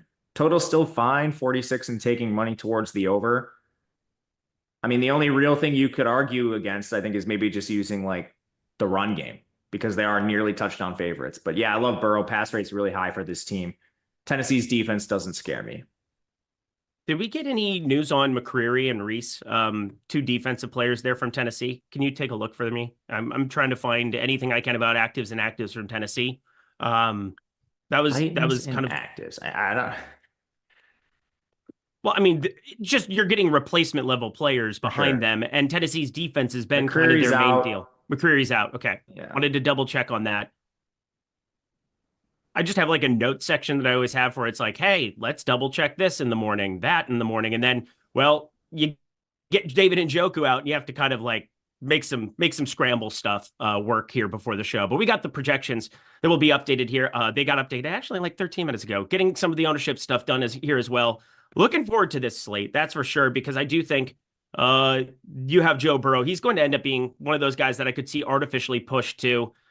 You get a primetime game. You just saw the ceiling from Jamar Chase. I think I'd be remiss to say you shouldn't play Jamar Chase in cash today. Like, it'd be kind of hard to get away from, even at that exorbitant tag. But is it that exorbitant if he's going for 30, 40 on a routine basis? Maybe not so much. But yeah, you get T. Higgins along for the ride as well. Do you have any Jaden Daniels? Because this is a guy against New Orleans that also could go a little bit slept on. I always feel like guys that have either been quiet recently relative to their ceilings earlier or are coming off a week 14 bye like Lamar Jackson, feel like they don't get as much hype here in the projections and the ownership, and public doesn't generally push them up there. And we've seen it so many times. That rushing game can go berserk for him at any given moment. Brian Robinson, probably the guy most people want to get to on the Washington side. Do you have any Jaden Daniels? I did have a little bit initially, and that's another one where I don't think it changes. Neither. You're just getting to a guy with low ownership, and I think he's honestly a little easier to stack today. You can basically just narrow it to Ertz and McLaurin. If you want to stack him, you don't necessarily have to, but he's behind the other guys in terms of projection. There's a lot of concerns with that overall game environment because you just have Hainer on the other side. Like, they could be completely inept. You wouldn't be surprised by that. So I don't think I want to come in overexposed to him, if that makes sense. But I do want to play some because their team total is still awesome. And that's another thing. Like, yeah, it's not going to be up where the Ravens are or anything like that. We're talking 7.5 point favorites. They could put up a lot of points if, like, let's say New Orleans keeps it semi-competitive too. Then you could be looking at an awesome game script for Daniels. Well, my big thing with Daniels, and you're talking about McLaurin, I think that there's definitely a ceiling there, but there's got to be a wide receiver too. With Noah Brown on the IR, Zacchaeus, Diami Brown, are these guys that we should be taking shots on? Because it makes Jaden Daniels look a lot more appealing if we can find one guy, like one single dude, save a bunch of salary, find the end zone with somebody unexpected. Like, I'm kind of interested in doing that in small field. I'm just having a tough time pulling the trigger on it because I feel like that build still comes along with Chase. It still comes along with like an exorbitant running back from the Detroit side. Is there any cheap wide receiver at Washington you feel remotely comfortable clicking? Remotely, Diami. And that's heavy emphasis on your adjective of choice. There you go. Well, it's the only adjective I think to use in this situation because it's really uncomfortable. But I think that's my biggest issue is trying to figure that out. I wanted to talk with you on Live Before Lock. You're so familiar from the college game with all of these different wide receivers. And, well, we'll talk about the college game here in a second as we switch over to running back because you have something awesome going in the college football streets right now, and the people must know. But let's work into the 6K range now. We're just about to the cash game considerations where it's like Kyler Murray, Justin Herbert right there at that 6 to 5K turn. But we've got some tournament luxuries as well. Patrick Mahomes, ceiling hasn't been there. The weather isn't great. Cleveland's defense, 2,200. I think they might get steamed up a little bit here, but just people looking for savings there and that at the tight end position. Patrick Mahomes, eventually we'll see a ceiling, maybe, question mark. Jared Goff, we've seen the ceiling multiple times there. Unbelievable game environment, unbelievable amount of assortment of weapons around him. Hasn't failed to bring along Tim Patrick and Jamison Williams for the ride. Amon-Ra St. Brown, any given day, any given Sunday, it can show up. Baker Mayfield, unbelievable stuff over the course of this season too. How many times can we see his ceiling? Bo Nix has a number one in Cortland Sutton. You can definitely attach him to. CJ Stroud, Tua Tagovailoa, awesome spot to potentially be overweight to a game environment that has Tyreek Hill and Nico Collins and isn't pulling a ton of ownership compared to what I thought it might come this time on Sunday. So many tournament options, so little time, so little lineup allocation. My friend, who are your favorite tournament targets in this range? For tournaments, I'm always going to include Goff in this range, just in the outcome that Detroit has to pass more.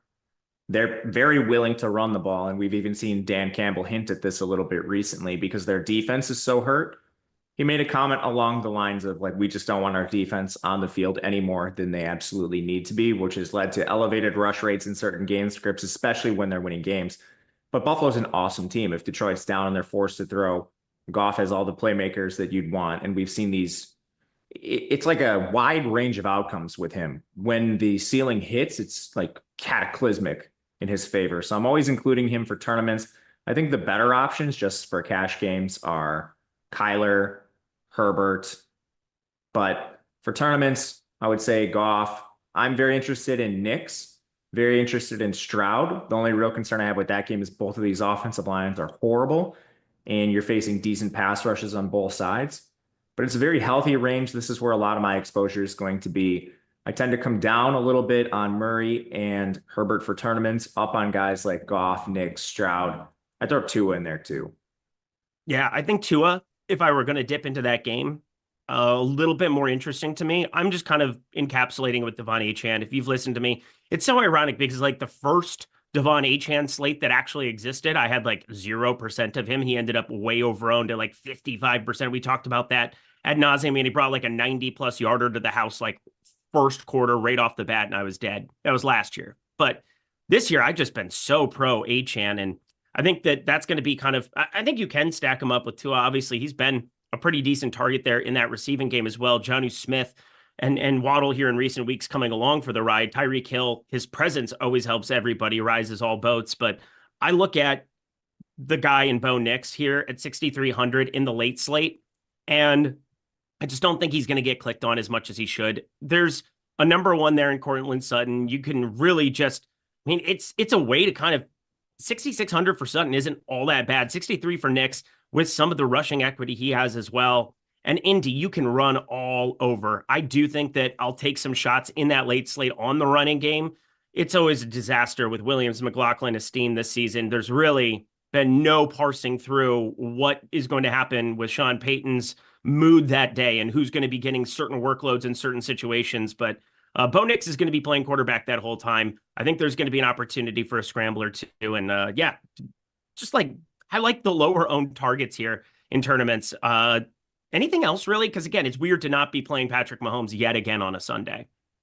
Yeah, I'm just fully adjusted to that at this point. He's just not a fantasy friendly quarterback. I have zero interest in him at his price. Below the price range we talked about, I kind of like Drake May, and that's about it. Against Arizona. Oh, Drake May's my favorite tournament play on the board. Yeah. Or are you talking 6K still? Talking 5K. Let's go into the 5K range. Let's just dip, dive, and duck, or dodge, dip, dive, duck, and dodge. Those are the 5 Ds of dodgeball. There's no chance you've seen that. So anywho, 5K. I love Drake May. Tell the people why we both love Drake May. Yeah, he's facing Arizona, who's one of the worst defenses in the NFL. If you think they're good, you're probably over-evaluating their game against the Bears. Their best game of the year by far, which is inflating most of their stats. Drake May's been awesome behind a bad offensive line. Now you're projecting less pressure for him. He's extremely easy to stack. All his best pass catchers are like 4K or lower. And this game has a lot of back and forth appeal, more than Patriots games normally do. I don't think that's priced in, and he's a lot better than the alternatives in this range. So I'm very interested in Drake May as cheap stacking options. If you play him and maybe you run like a James Conner even, or a Trey McBride on the other side, you're still going to have the luxury of getting up to maybe a Derrick Henry plus a Jamar Chase or something like that, because the stack is so cheap here. I love throwing the stack out there. Me too. It's just the price. I mean, the New England prices get you to some exorbitant wide receivers on the early portion of this slate, and then Buffalo Detroit pieces. I'm going to play so many Buffalo Detroit individual pieces. It's going to make me sick. I'm a little uncomfortable with Buffalo getting, a couple of pieces back. We'll see what happens. I think Kincaid listed questionable, going to warm up 4,900. I don't think I want to play Kincaid, but he would definitely dwarf what I would want to do over on the Buffalo side with Khalil Shakir to some extent. It wouldn't feel as good as what it feels right now to just be jamming Khalil Shakir, jamming Jamison Williams, jamming Amon-Ra St. Brown. Boy, oh boy, do I have tons of that football game. And then didn't even talk about the running games from both sides. I do think, James Cook coming off of a week where it was all Josh Allen. Give me all of that you got here. That'll be a fun one to talk through. But rounding out quarterback, anything else down here? Because I don't think we have like the diaper dandies we've had of the past. Maybe this is the Will Levis bounce back spot coming off of like pulling some ownership last time around. We got Bryce Young at 5,300. We got Aaron Rodgers at 5,400. I think Jameis Winston at 5,500 is probably going to end up being my highest owned as I run things through the Sims. We got ownership updated 8 minutes ago, so I'm finishing up my last run, my final run, putting those in the tournaments. But yeah, I had a lot of Jameis Winston before. I had right around 10, 12% of him. I think I keep that. I don't know if anything else down here shows up at all.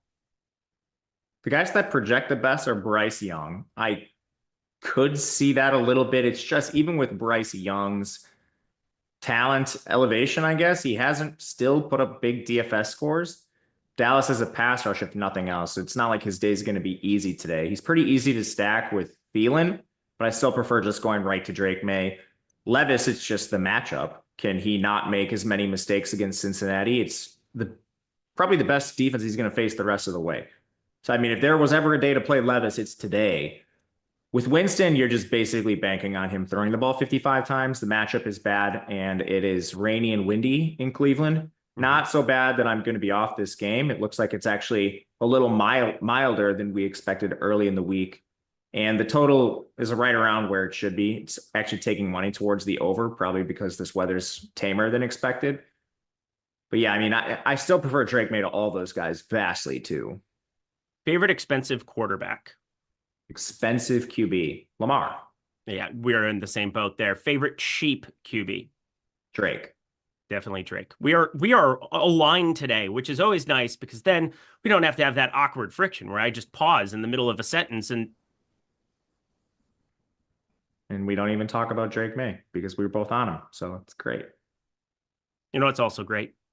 Matt Kajeski's college football projections. If you have used them, you know this to be true. I use them blindly on Saturday mornings after I walk my dog, and life has been very, very dandy. Had a very nice college football season, and it is 100% due to Matt. I don't think I've ever talked to Matt about that, but I am now. I didn't even know you played. I do play college football DFS. Now, I like a lot of the cash games because those ones, you got to be really sick to jump into those streets. But I've been doing so, and basically running all of my tournament stuff there in the Sims. I will be playing even more for the college football playoffs because it's going to be awesome. But if you want to be joining that too, $59 right now, code PLAYOFF. You guys want to sign up and get all of Matt's stuff for college football? He's the absolute goat of it. Once again, if you've used it, you understand what I'm talking about. There are no stones left unturned. He is over there on X scouring for news. He is up there updating projections constantly for people. He's taking questions on shows with Ben Raza every single Saturday. And for all of these playoff games, I'm looking forward to firing up the Sims tool for these gigantic tournaments that are going to be coming our way in the college football streets. 20 plus slates. That's just true. Less than $2 per slate to check out college football. Matt, I mean, the people just need to jump in and try out your stuff. You've had a pretty darn good season this year. Yeah, if you like college football and you've been interested in this product, now is a good time. You're getting all of the slates you can imagine for bowl season. There's more than you'd think because all these bowl games are spread out. As you said, there truly is no stone left unturned. We are putting as much work into this as you could possibly imagine. Like last night, we had 2 late scratches in South Alabama. There are a lot of other providers that aren't projecting guys that are actually in lineups and playing, special teamers that are now being elevated to real roles. We're on top of that. You'll get the most accurate projections. They'll constantly be updated. And then you have the tools to back them. Plus, if you're interested in the playoff, biggest games of the year, there will be content for that. I would argue the greasier games are honestly the better moneymakers because, Yes. We know who's playing for the playoff. We don't know who's playing in the greasy ones. But this isn't like NFL where everyone's projected. Like you're never getting a player who's actually going to see the field unprojected somewhere else. You have that in college football. There's just a lot of opportunity. Yeah, the results speak for themselves. Check that out from BMAC 5888. Just an absolute smash there. Dr. Henry Pride firing that one up, a co-first there with 1 bullet, 50 cents into over $1,000. That seems like a pretty decent ROI, 2000x if you ask me. So check it out, friends. Matt Kajeski, I cannot tell you enough. I mean, I like to joke with him a lot on these NFL shows. I know we like to poke and prod, but we try to really give you the best information every single Sunday. Matt has been giving you the best information every single Saturday for years and years and years. Check that out. Less than $2 a slate. Promo code PLAYOFF. So EMAC there, tied for first in the college football mini max last night too. That's beautiful stuff. Way to go, EMAC. EMAC 2028. Alrighty, y'all. Let's go to the running back position where we can have some fun. But First, have to bring up Brandon Wagner. I saved this for the running back position purely because, well, now we're talking about running back. Yes, thoughts on Tracy target volume today. With my current build, I'm landing there. It doesn't feel good. It shouldn't feel good. You should not feel good clicking Tyrone Tracy's name. That being said, I'm on the over of his 45.5 rushing yard prop, which is a little bit disturbing, but here we are. How do you feel about Tyrone Tracy today? In a vacuum, I don't think he's a bad play, but there's two reasons I'm not really getting to him. The first is just raw projection as a massive underdog to this degree with a quarterback who's entirely inept. You're just not going to get a lot of scoring opportunities. So it's going to come down to that target volume. And even then, I'm not sure it's going to be efficient or worth your while. And the second one is opportunity cost. There's a lot of good running back plays on today's slate. We're going to get into all of them. And it's not just at the expensive price range too, where you have guys like Derrick Henry. We have some pretty strong value plays on this slate at running back as well. Dowdle's underpriced. Brian Robinson is a good projection for us. Guys like Chuba and James Conner. So Tracy's probably the best value if you're willing to go that low. But I still think you probably want to find like $400, $500 and find your way up to one of the absolute stud running backs on this slate. Yeah, let's talk about those stud running backs because we got Saquon Barkley and Derrick Henry. Saquon $8,600. What a value. Derrick Henry $8,300. Forgot about Dre. Nowadays I don't need a rap, but we all know it. Devon Achane $7,900. Joe Mixon $7,800. Brought it up before. I have so much of those too. Devon Achane at 3%. I know Raheem Mostert's back. I don't know if he just automatically gets third down work again. He had some fumble issues. He's been inactive here the last couple where it felt like he could have probably gone, but I don't know. You don't necessarily need him out there if you've got the fumble issues. And Devon Achane has been playing really good football, just bringing right for a couple carries. Jeff Wilson for a couple carries, although I think Raheem Mostert will see the field a little bit more, which is unfortunate. Joe Mixon, 7,800. Yeah, I love him today. 15% going up against Miami. I'm hoping that those two really eat up and absorb a lot of that game environment somehow, some way. Alvin Kamara, weird to see the uncomfortable click that he is this week at 7,700 against Washington. I think it has more to do with Derek Carr being out than it does me being super worried about Kendre Miller, because I think Alvin Kamara definitely going to be out there as much as possible to help these guys out in the passing game. Jahmyr Gibbs, though, love him. So many great tournament options. Yet Chase Brown holding 22% ownership. He's an awesome play too. So I like the chalk. I like some of the tournament options. I can't get enough of this upper range of running back in tournaments. Who are some of your favorites, Matt? Yeah, it's a phenomenal range. I'm a little worried about the Derrick Henry steam, but that's largely just because he's an awesome play. So there's this narrative going around that because Baltimore's a 17-point favorite, that Henry is going to get 30 carries, which the data doesn't actually suggest that. I think there's a couple of reasons why. First of all, even when they've been slaughtering teams, their pass rate's still been pretty high. Second, they're playing a ton of games in the next couple days. Like Baltimore is like they play a short week coming up next. So I mean, if they're absolutely slaughtering the Giants, there's incentive for Derrick Henry to actually not play as much as you think, which maybe gives some work to Justice Hill and the other backs on this roster. That doesn't mean I'm not playing Derrick Henry. I just don't want my ownership to get out of control. I'll still have a healthy amount of him, but what I'm trying to say is I'm a little hesitant to just absolutely load up on the back here. Plus, there's alternatives. I am interested in getting to Saquon. It's pretty easy to find the $300. The matchup is difficult for him, but I don't think it matters. This is the best run game in the NFL. I have a ton of interest in Joe Mixon, especially with Stroud carrying a little bit of ownership. Mixon's averaging 25 touches per game over their last 5 games. Miami's defense is about middle of the pack in that regard. And I don't really know if Houston, especially if they're winning this game or playing with the lead, they're going to elevate their pass rate over expectation. It's been higher of late, but the team is also wildly underperformed. So he's someone I have a lot of interest in. And then if we go down a little bit, there's plenty of guys I would like playing as well. Yeah, I think CJ Stroud, I mean, his ceiling has just been killed by Joe Mixon to some extent, where last year it was Devin Singletary and Daria Gumbawale in that backfield, if I do recall. A little bit of an upgrade so far in Joe Mixon. He's been looking awesome, much, much improved. Obviously, when you're in Cincinnati, you're a complimentary back, but Chase Brown's really, really showing out. And obviously that workload is so insanely secure, but now we're seeing why. Maybe he saw the field a little bit more out there. He can play some ball. So Chase Brown can play. Joe Mixon can play. It was an embarrassment of riches there in that backfield in Cincy, but now they each get all of the work here today. I like both for tournaments. I like both. I don't even think I would want to play cash games without Chase Brown right now, considering he's still sub 7,500 with like a more secure workload than Jahmyr Gibbs. But in tournaments, God, you got to look at Jahmyr Gibbs at 7,500 and David Montgomery at 7K.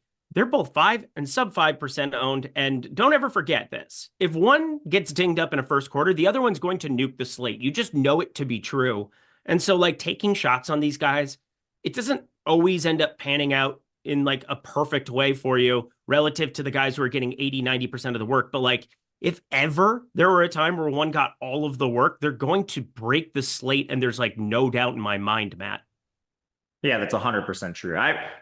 We've been talking about this for a little while. I'm living by the rule of boosting Lions players a little bit on every slate. Yes. Not crazy, but like when I ran the Sims unencumbered, I got 1% Jared Goff. I put that a little closer to 5. Nothing crazy.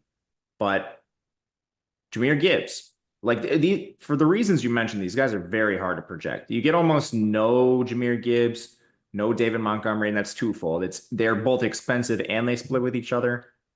But I mean, it's just such an explosive team. I can't really envision coming into a slate without playing at least some of them.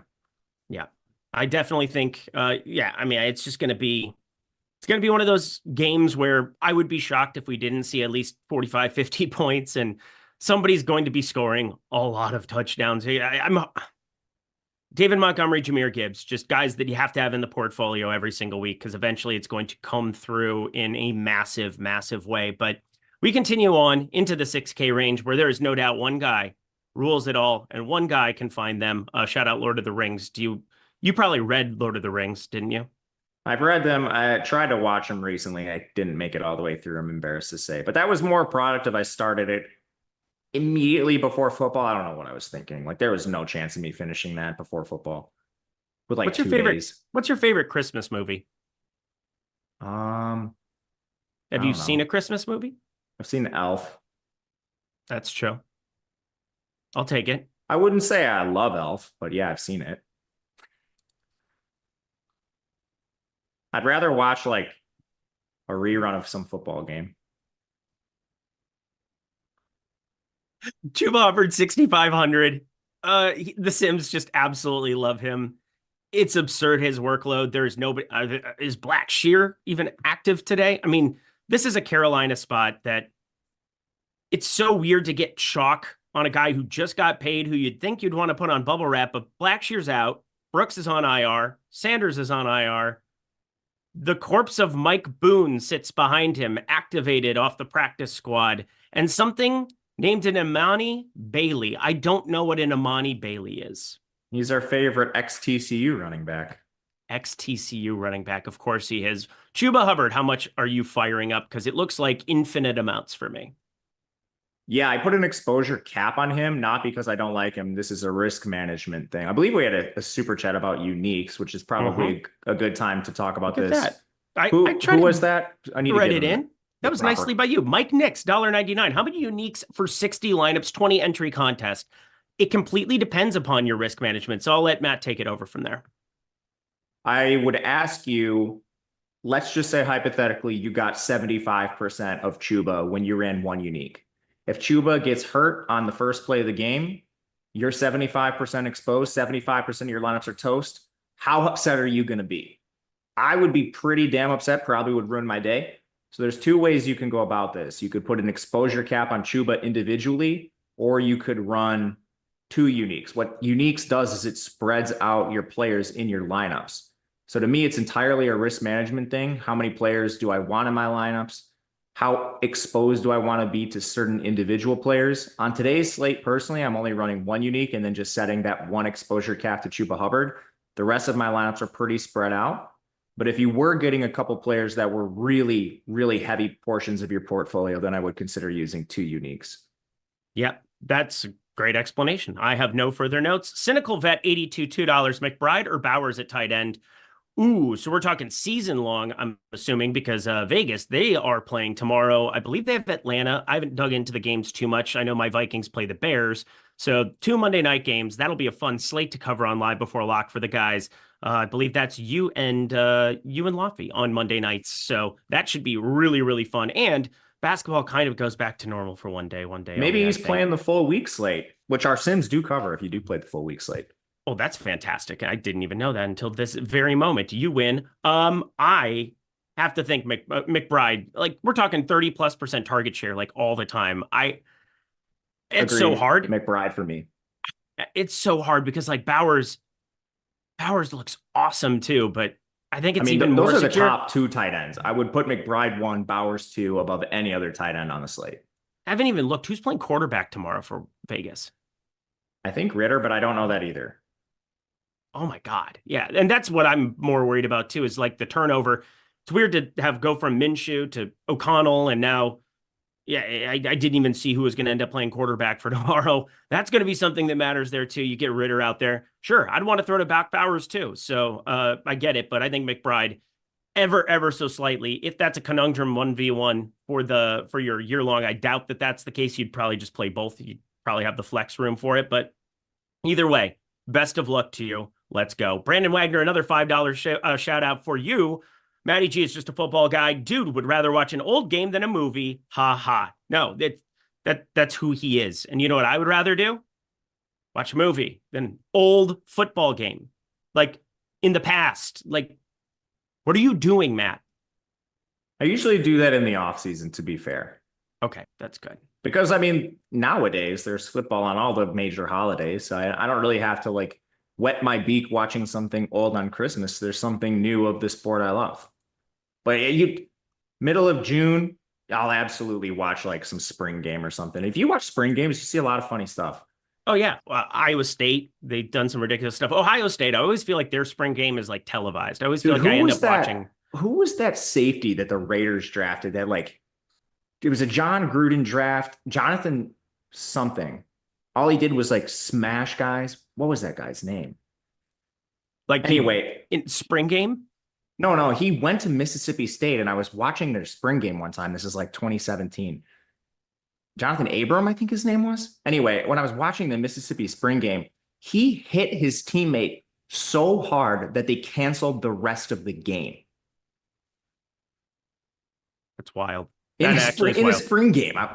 Don't ask me why I was watching the Mississippi State John Abrams is his name. I have my buddy Lou, who I got to hang out last night with him and his little 10-month-old son. He's so cute. Lou just said John Abrams. That's who it was. They canceled the rest of the game, dude. Dude, that's absurd. It was awesome. That guy could hit, by the way, for what it's worth. That's all he could do. He sucks at everything else. He was very bad at actual football. Very, very bad at actual football. He was basically like I'm trying to think of like a defensive. They should have just moved him to linebacker, dude. That would have been a great play. I don't know if he was big enough, but anyway, we should probably round out the running back conversation. But here's the problem, Matt. Once we get down here, it's like Rico Dowdle and then just thin tournament play after thin tournament play. And if I'm going to do it, I'm probably going to do it more at the wide receiver position than what I am here. I think we at least have to talk about Tampa Bay. If Bucky Irving's going to be limited in some extent, I mean, there's nobody playing Bucky Irving, 6,300. He's like 0.5% owned. Does Rachaad White get all the work there still? And then they have Bucky Irving as an insurance policy. Go to some Sean Tucker. They've been a headache. Why is Breece Hall playing this football game? I don't know, but it's a 6,400 Breece Hall that for whatever reason is in uniform. And it's just a tag that sticks out to me. You've got weird situations, I think, down here in the 5K range where you could take like a shot on Jaylen Warren, a shot on like anything like Tank Bigsby, Travis Etienne against another terrible team in the Jets that they're facing. But I don't like anything. Do you like anything down here? Dowdle for sure. I think he's the best play just given his volume. And it's not a very difficult matchup against Carolina. I would have thought they had the worst run defense in football until I've seen some of what the Bengals have allowed recently. So Carolina's defense, I don't know if this is just like a spirit where a rallying team, kind of like Detroit was 4 years ago when they were awful.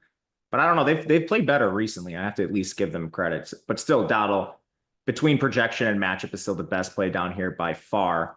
Everyone else, I think you could poke a hole of. I have some interest in Robinson if you're going like 100 more, but that's just it. You have to go more expensive.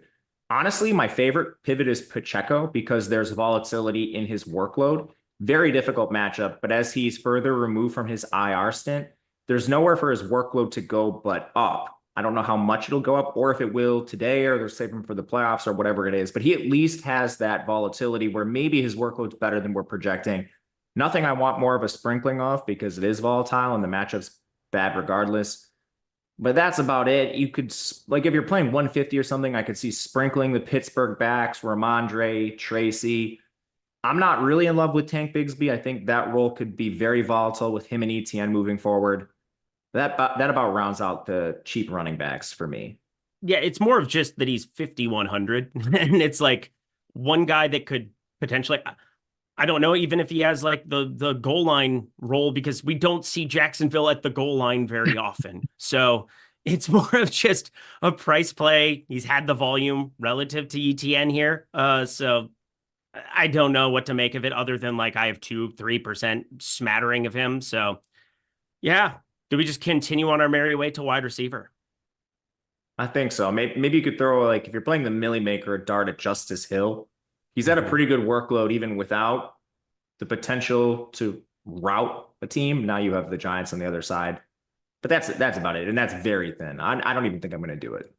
2 favorite tournament plays, 7K and up at running back. 2 of them, 7K and up? Your 2 favorites relative to ownership. Jahmyr Gibbs and Mixon, I think. Oh my God. We're like the same person today. This is absolutely absurd. Jahmyr Gibbs, my number 1, and Joe Mixon. I love Joe Mixon here. I will bring up something. We got tagged over by Matt Butler and Austin over on X. Really good. I mean, this guy is very, very sharp, and obviously did a show with Rinpack pretty recently in the NBA streets. He gave us a little notation here on the pass rate over expectation from Houston. I'll cover that when we get to expensive wide receivers and Nico Collins, who, again, I'm not against Nico Collins. He's probably my favorite wide receiver to watch, not named Justin Jefferson. I'm very biased as a Vikings fan, is what it is. Also love T. Higgins for what it's worth, but very much not cheering for Nico Collins today at 8,100, although go Michigan, right? Isn't that where he went? I can't remember. Yeah. I got that right. I also know that I get this right. When you guys sign up for The Sims, I know it can be a pretty penny, but there's a way to get in for free. Yeah, you heard me, for free. You sign up with one of our 11 partner sites that are going to be up here on your screen. You look on the left side, you have Pick'em. You look on the right side, you have Sportsbooks. And at the bottom, you have Rebet, available in 46 of 50 states, a sweepstakes book, peer-to-peer stuff too. Really interesting way for you guys to get the Sims tool completely free just by signing up with one of them. Plus, they have great deals themselves. Bet 5, get $50 in Pick 6 credits. If you want to go to Bet 365, it's available in your state. You bet 5, you get $150 in bonus bets. Great opportunity to jump in, take advantage of great deals at these sites, and get the Sims tool for a month for free in any sport you want in the process. All you have to do, sign up at the site, send us to support@stokastic.com, your welcome email, and a screenshot of your first settled bet. Those 2 things will allow you to get any sport you want for 1 month in the Sims tool here at Stokastic, which is, I got to think with NFL, that's going to lead you almost up through the entire NFL playoffs. For the NBA, that'll be a huge month here. We've got some fun showdown contests coming up here as well. We'll have the finals of that NBA Cup action. What could be better? But awesome times. I didn't expect that from you. Check out the Sims tool, everybody. Sign up with one of our 11 partner sites. It's only if you're 21 and over. If you have a gambling problem, please call or text 1-800-GAMBLER. Anything. The NBA Cup floor is so bad. I couldn't even watch it. It was so hard to look at the screen. That is probably the most immediate of their problems. What in the world are they doing with that? Looks horrible aesthetically. I didn't know you which had is a surprising because their product has looked horrible all season too. Let's go to wide receiver. Check that out, though, friends. Would love to see you guys having access to that. And then we'll talk about the Hall of Fame to round it all out here before the end of our show. Jamar Chase, he seems pretty good at football. I know that you don't think so. But I would say the box score thinks Jamar Chase is pretty good at football, Matt. Jamar Chase sucks. No, I'm just kidding. He doesn't suck. Anyone in the comments that thinks I said that should go watch the tapes. You did just go and say that. Technically, you said it. Yeah, you could clip that, I suppose. Yeah, Jamar Chase is awesome on this slate. Matchup for him, about as back and forth as you can get, unless you're playing in that Detroit Buffalo game. Target share is still very condensed with T. Higgins, but they're passing the ball so much that it hasn't mattered. He's been able to get there on raw volume and just very efficient. The only thing is price with him. He's a little tricky to play up at 8,400. You do have to make some sort of concession, but I'm pretty comfortable doing that. He ends up being, what, my 6th most owned receiver on this slate. A lot of it correlated to that game, but no issues with him. I would ask you, this is kind of going a little lower, but what do you think about playing him and T together? Are you doing anything special there, limiting it to Burrow stacks? What are you doing with him and T? Because T also projects really well. All the Bengals do. I will have 0 non-doubled Joe Burrow stacks. Okay, so is that mostly, like, are you including Gesicki and Yoshivas in that?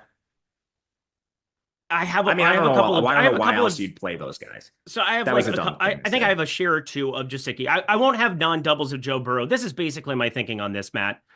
You've got a quarterback who only gets there by way of his arm. Like, what I haven't looked at the anytime touchdown board for Joe Burrow rushing or what his rushing prop is set at, but I can tell you one thing. Every time I look at it and I update my projections, they are low numbers. And I think that's all baked in. I don't want to double count anything. I don't want to worry about like, well, Joe Burrow could do this. He could do that. Yeah, he could, but it's such a low outcome relative to when he hits his ceiling. He is bringing at least one of Chase and Higgins along for the ride. Most likely, though, it ends up being 2. And like, if he throws for 4 touchdowns, that's going to be the way that he beats a Josh Allen, that he beats some of these other high upside guys. Like I love Lamar Jackson for tournaments because obviously the rushing comes along for it. But, I just don't see Joe Burrow winning this slate for you with one of the guys attached to him. Like, you can get by with Joe Burrow having just 3 touchdown passes if 2 of them go to, if 2 of them go to Chase. And you could have, you could make the argument that there's your single right there. But I don't think Burrow's tournament winning upside comes along for the ride in that. I think you could be better off going to a cheaper quarterback and having a different environment for that. I'd rather just either play him individually or I'm going to have doubles. I'll have no Joe Burrow singles at all. Yeah, I think that makes sense. I have no problem with it. I haven't looked at mine individually, but if that's the way you went, no problem with that. He's expensive, so you kind of need it. On FanDuel, by the way, Zach Charbonnet looks awesome. Kenneth Walker not going to be playing tonight, it sounds like. That news came up. So Zach Charbonnet on FanDuel. Give me all of that you got in a bag of potato chips. The guy is very good at the footballs. Very much liked him at... Who? Charbonnet? Yeah. He went to 2 schools. He went to Michigan and UCLA. UCLA is the one I was thinking of, but he was on UCLA on the back end of it, right? Yeah, he went to Michigan and then transferred out.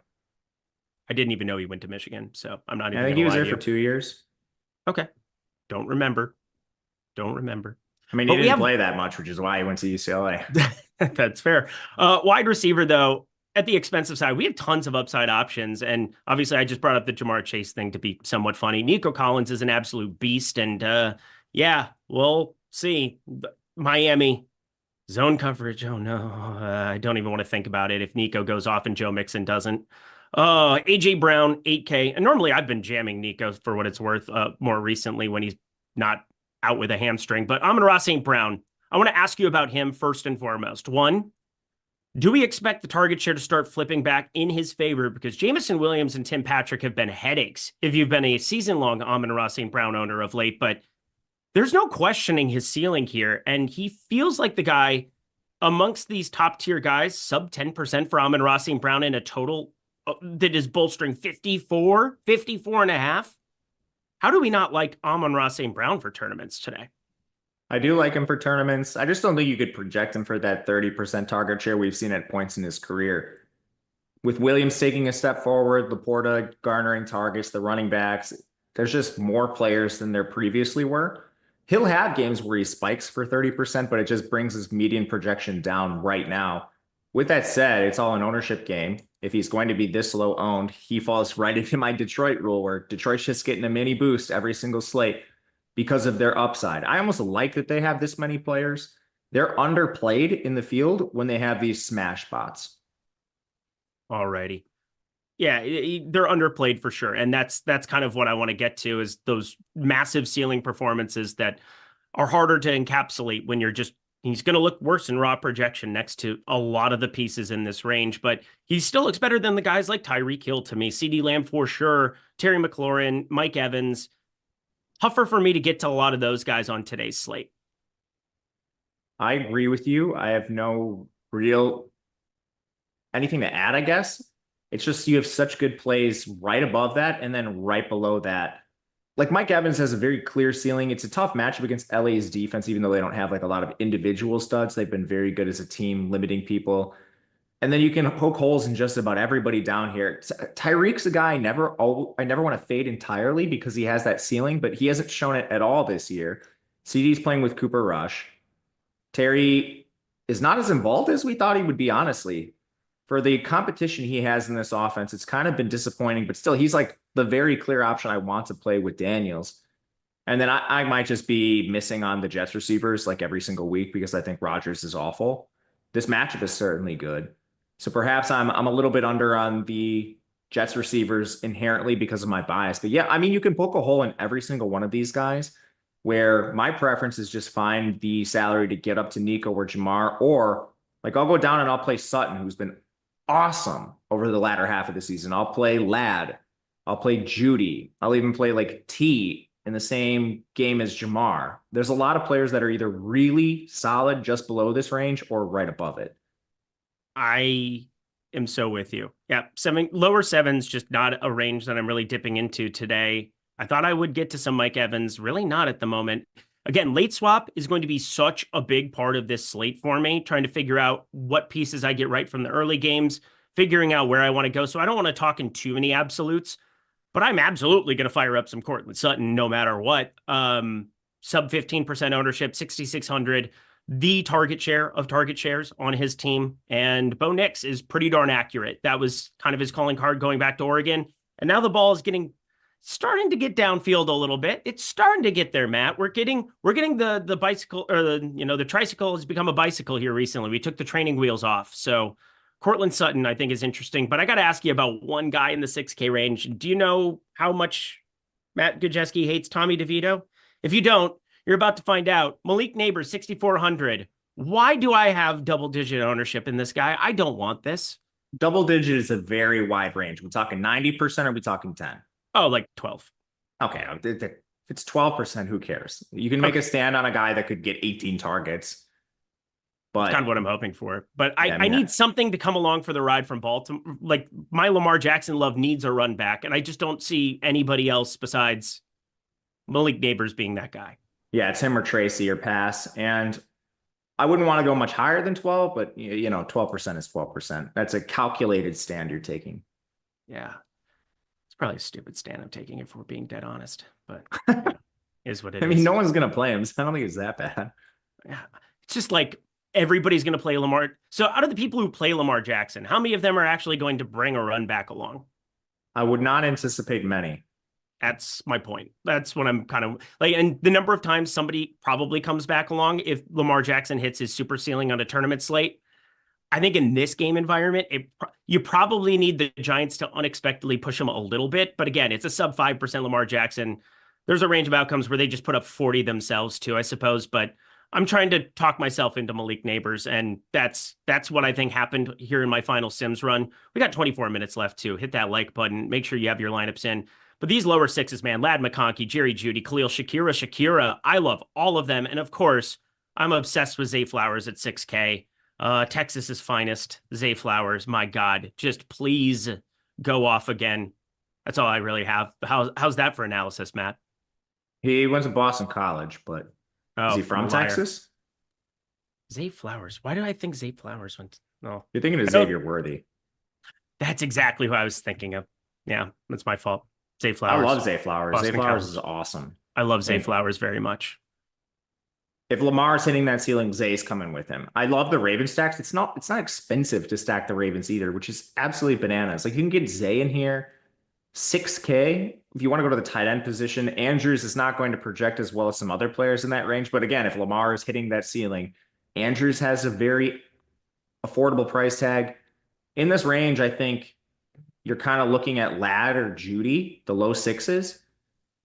I still think I'd rather find my way to Sutton, but those are good plays. Ladd, I'm still a little nervous about the injury, but he was pretty close to playing last week. Like that came right down to the wire. With another week, he should be out there. Tampa Bay's secondary is not anything formidable. Judy, I think it's more so you just keep removing players from this offense. Like Jameis is going to throw it 50 times. We don't have Njoku. We don't have Tillman. We're running out of guys to throw to if Jameis is going to be back there dropping back 50 times. So Judy, I think kind of by default, the volume is just going to be so good for him. Yeah, I'm doing an insane thing, and I really don't recommend this, but I don't know how to do it other than just play the slate the way that it's given. I have Justin Herbert in cash, and I can't find a way to play a Ladd McConkey today, which is just absurd to say out loud. I know how many people are going to have both of them, but like I can't do it. Okay. I just talked through it. I don't, maybe for this individual week, love is a strong way to describe this, but I mean, if you could remove the injury tag, yeah, I mean, Ladd would be awesome. The whole question is how healthy is he? I look at the Bucs secondary, and it's like, I think the biggest glaring omission for me is no Antoine Winfield Jr. I mean, that is such a big deal. They're going to have Kayvon Merriweather. I know him from Iowa, so there's that. He's out there going to be roaming a little bit more for Tampa, but he is such an omission for them. And I believe, didn't he get hurt last week? I don't recall the week he got hurt. He's not been out long. Yeah, he hasn't been out long, but I just think that that's a glaring omission and something that should help the Chargers passing game for sure. We're talking about one of the better safeties in football for however many years consecutively. I love that guy. Shout out the U of M. Rah, rah for Sky Uma. Let's go to the 5K range. I think Brian Thomas Jr. going a little bit overowned, but I'm fine with it. I'm going to play him in cash, which is absurd. Calvin Ridley, 5,900 against Cincy. Everybody's going off. Jameson Williams, one of those game environments you just can't say no to. I think he's a cheaper piece of exposure to it. We know the big play upside that he can provide from time to time, and the target share coming up a little bit as well as we move along. And then Marvin Harrison Jr. You want to talk run backs? I'll talk run backs. In my non-Kyler, I have so much Marvin Harrison Jr. In my Kyler, I have so much Marvin Harrison Jr. In my Drake May stuff, run backs, I have so much Marvin Harrison Jr. He's down to 5,500. And I asked this to Greg on Friday. Do you know how many touchdowns Marvin Harrison Jr. has this season? 1, 2? Didn't he have a 2-touchdown game? He has 8. Oh. I mean, that's definitely been bolstering. Sorry, 7. He has 8. No, I thought it was 8. I'm a liar. He has 7. He's been pretty bad yardage wise. He's been bad yardage wise, but the red zone share and the opportunity to potentially pay off a $5,500 tag as opposed to a $6,500 tag. I think he was exactly always it. That's exactly it. Oh, it is just worlds different. So I think 5,500, he is definitely a piece. You know, you talk about how much late swap I'm going to be doing. I find it hard to believe I won't be overweight to a 5,500 Marvin Harrison Jr. Yeah, the price is the main thing. And plus, it's like, I don't want to continue. I've been guilty of this many times where these young players play bad for a long time. And then suddenly they're just not because they're talented in one thing or another. Maybe it's just acclimating to the NFL, acclimating to a playbook, getting used to playing with a new signal caller. A lot of times these guys experience growth throughout the season. We've seen this with Smith and Jigba, who I've been critical of at times. A lot of times it's just these young receivers need time for things to work. So I'm definitely not going to come in underweight to Marvin Harrison. I'm still figuring out my final runs here, but I love that game environment. I'll certainly be around the field, potentially a little bit above it. All right. Well, let's jump into this sub 5K range because that is where we had our super chat that I've been waiting to fire up here at the right time. Jacob Dunn, $2. Dun. Best 2 wide receiver plays under 5K. Best cheap defense on DK. The cheap defense is easy for me. It's Cleveland against Kansas City. Weather and all the other things. I don't know how the weather is. All I know is that 2,200 is a low number on defense, and you want to get to expensive wide receivers and running backs? Well, that's your path. You're playing him, or playing them. It's collectively 11-man unit. But Jacob Dunn, thank you so much for the super chat. Sub 5K. Who are your 2 favorite plays? Because it gets really dicey down here. Receiver exclusively? Receiver exclusively. Can I include Elijah Moore? He said under 5K. Okay, so then we'll go Leggett. I think both Patriots receivers, probably honestly, like DeMario and Butte. And the last one is probably McMillan. I think he's the wide receiver 2 in Tampa Bay until further notice, with Sterling a little bit banged up. I'm going to say my number 1 is Leggett. Number 2, I'll go all the way to Butte just for price adjustment, and I'll put McMillan 3. Yeah, I think McMillan looks awesome at 3,700. I don't know why people aren't playing him at all. And do we have Sterling Shepard news as well? You'll have to check that. I'm doing something. Okay, you keep doing that. Questionable still. He's expected to suit up, but you got to get that confirmation. I think Ladd McConkey expected to suit up. Kind of want to get that confirmation. There's late swaps, so you should be able to get off of either one of those if something catastrophic happens, and in which case I would jam Josh Palmer in the late slate in the event that Ladd McConkey were somehow, some way out. 4,600 for him. That would be the main dude. I think he's viable as is, but he would look ultra awesome in that event. I think Xavier Leggett, a good shout out. We've seen Bryce Young play a lot better. I'm not comfortable enough to fire up Bryce Young in tournaments. I don't think he has that kind of upside yet, but nice to see some of his progressions. My favorites, Tim Patrick, 4,300. He's 1% owned. Nobody's going to play Tim Patrick in that game environment. He was kind of a red zone target for Jared Goff last time out. There's something going on there, and 54 total. I've said it multiple times throughout the show. I will say it again, 54 total. I think the other one was a great shout out from Makajeski there, Jalen McMillan. But even like some of these guys, I know Keon Coleman's back. I know that we have Dalton Kincaid potentially back. You get like a 1% Matt Collins or a sub 1% of any of those ancillary pieces. I think that that's really interesting on the Buffalo side. You don't have to play Josh Allen with much. You can play him single. You could play him, as just by himself out there in the world. But Keon Coleman back, I think is worth a shot. I think Matt Collins is worth a shot. Anybody playing next to the MVP right now, it's kind of the way that I felt about Patrick Mahomes for multiple years, playing MVS stupidly beyond stupidly. But I think that there's definitely something there from Buffalo to try to force into stacks if you're going to go that direction. Or for me, just playing them individually, hoping that they catch the deep bomb, that would be useful. But anything else for you sub 5K, Matt? I think you hit on a lot of the other players. I'm not getting to as many of those guys, but yeah, maybe we could throw some Denver players in there. Okay. Yeah, Denver looks pretty decent to me here as well. All right, I am going to pull this up, and I will answer all of your super chats because a ton of them just came in. Richard D, $5. We'll jump to tight end next, of course. Smack 2K on a 50-cent lineup or $50 lineup. Thanks to your guys' analysis last week.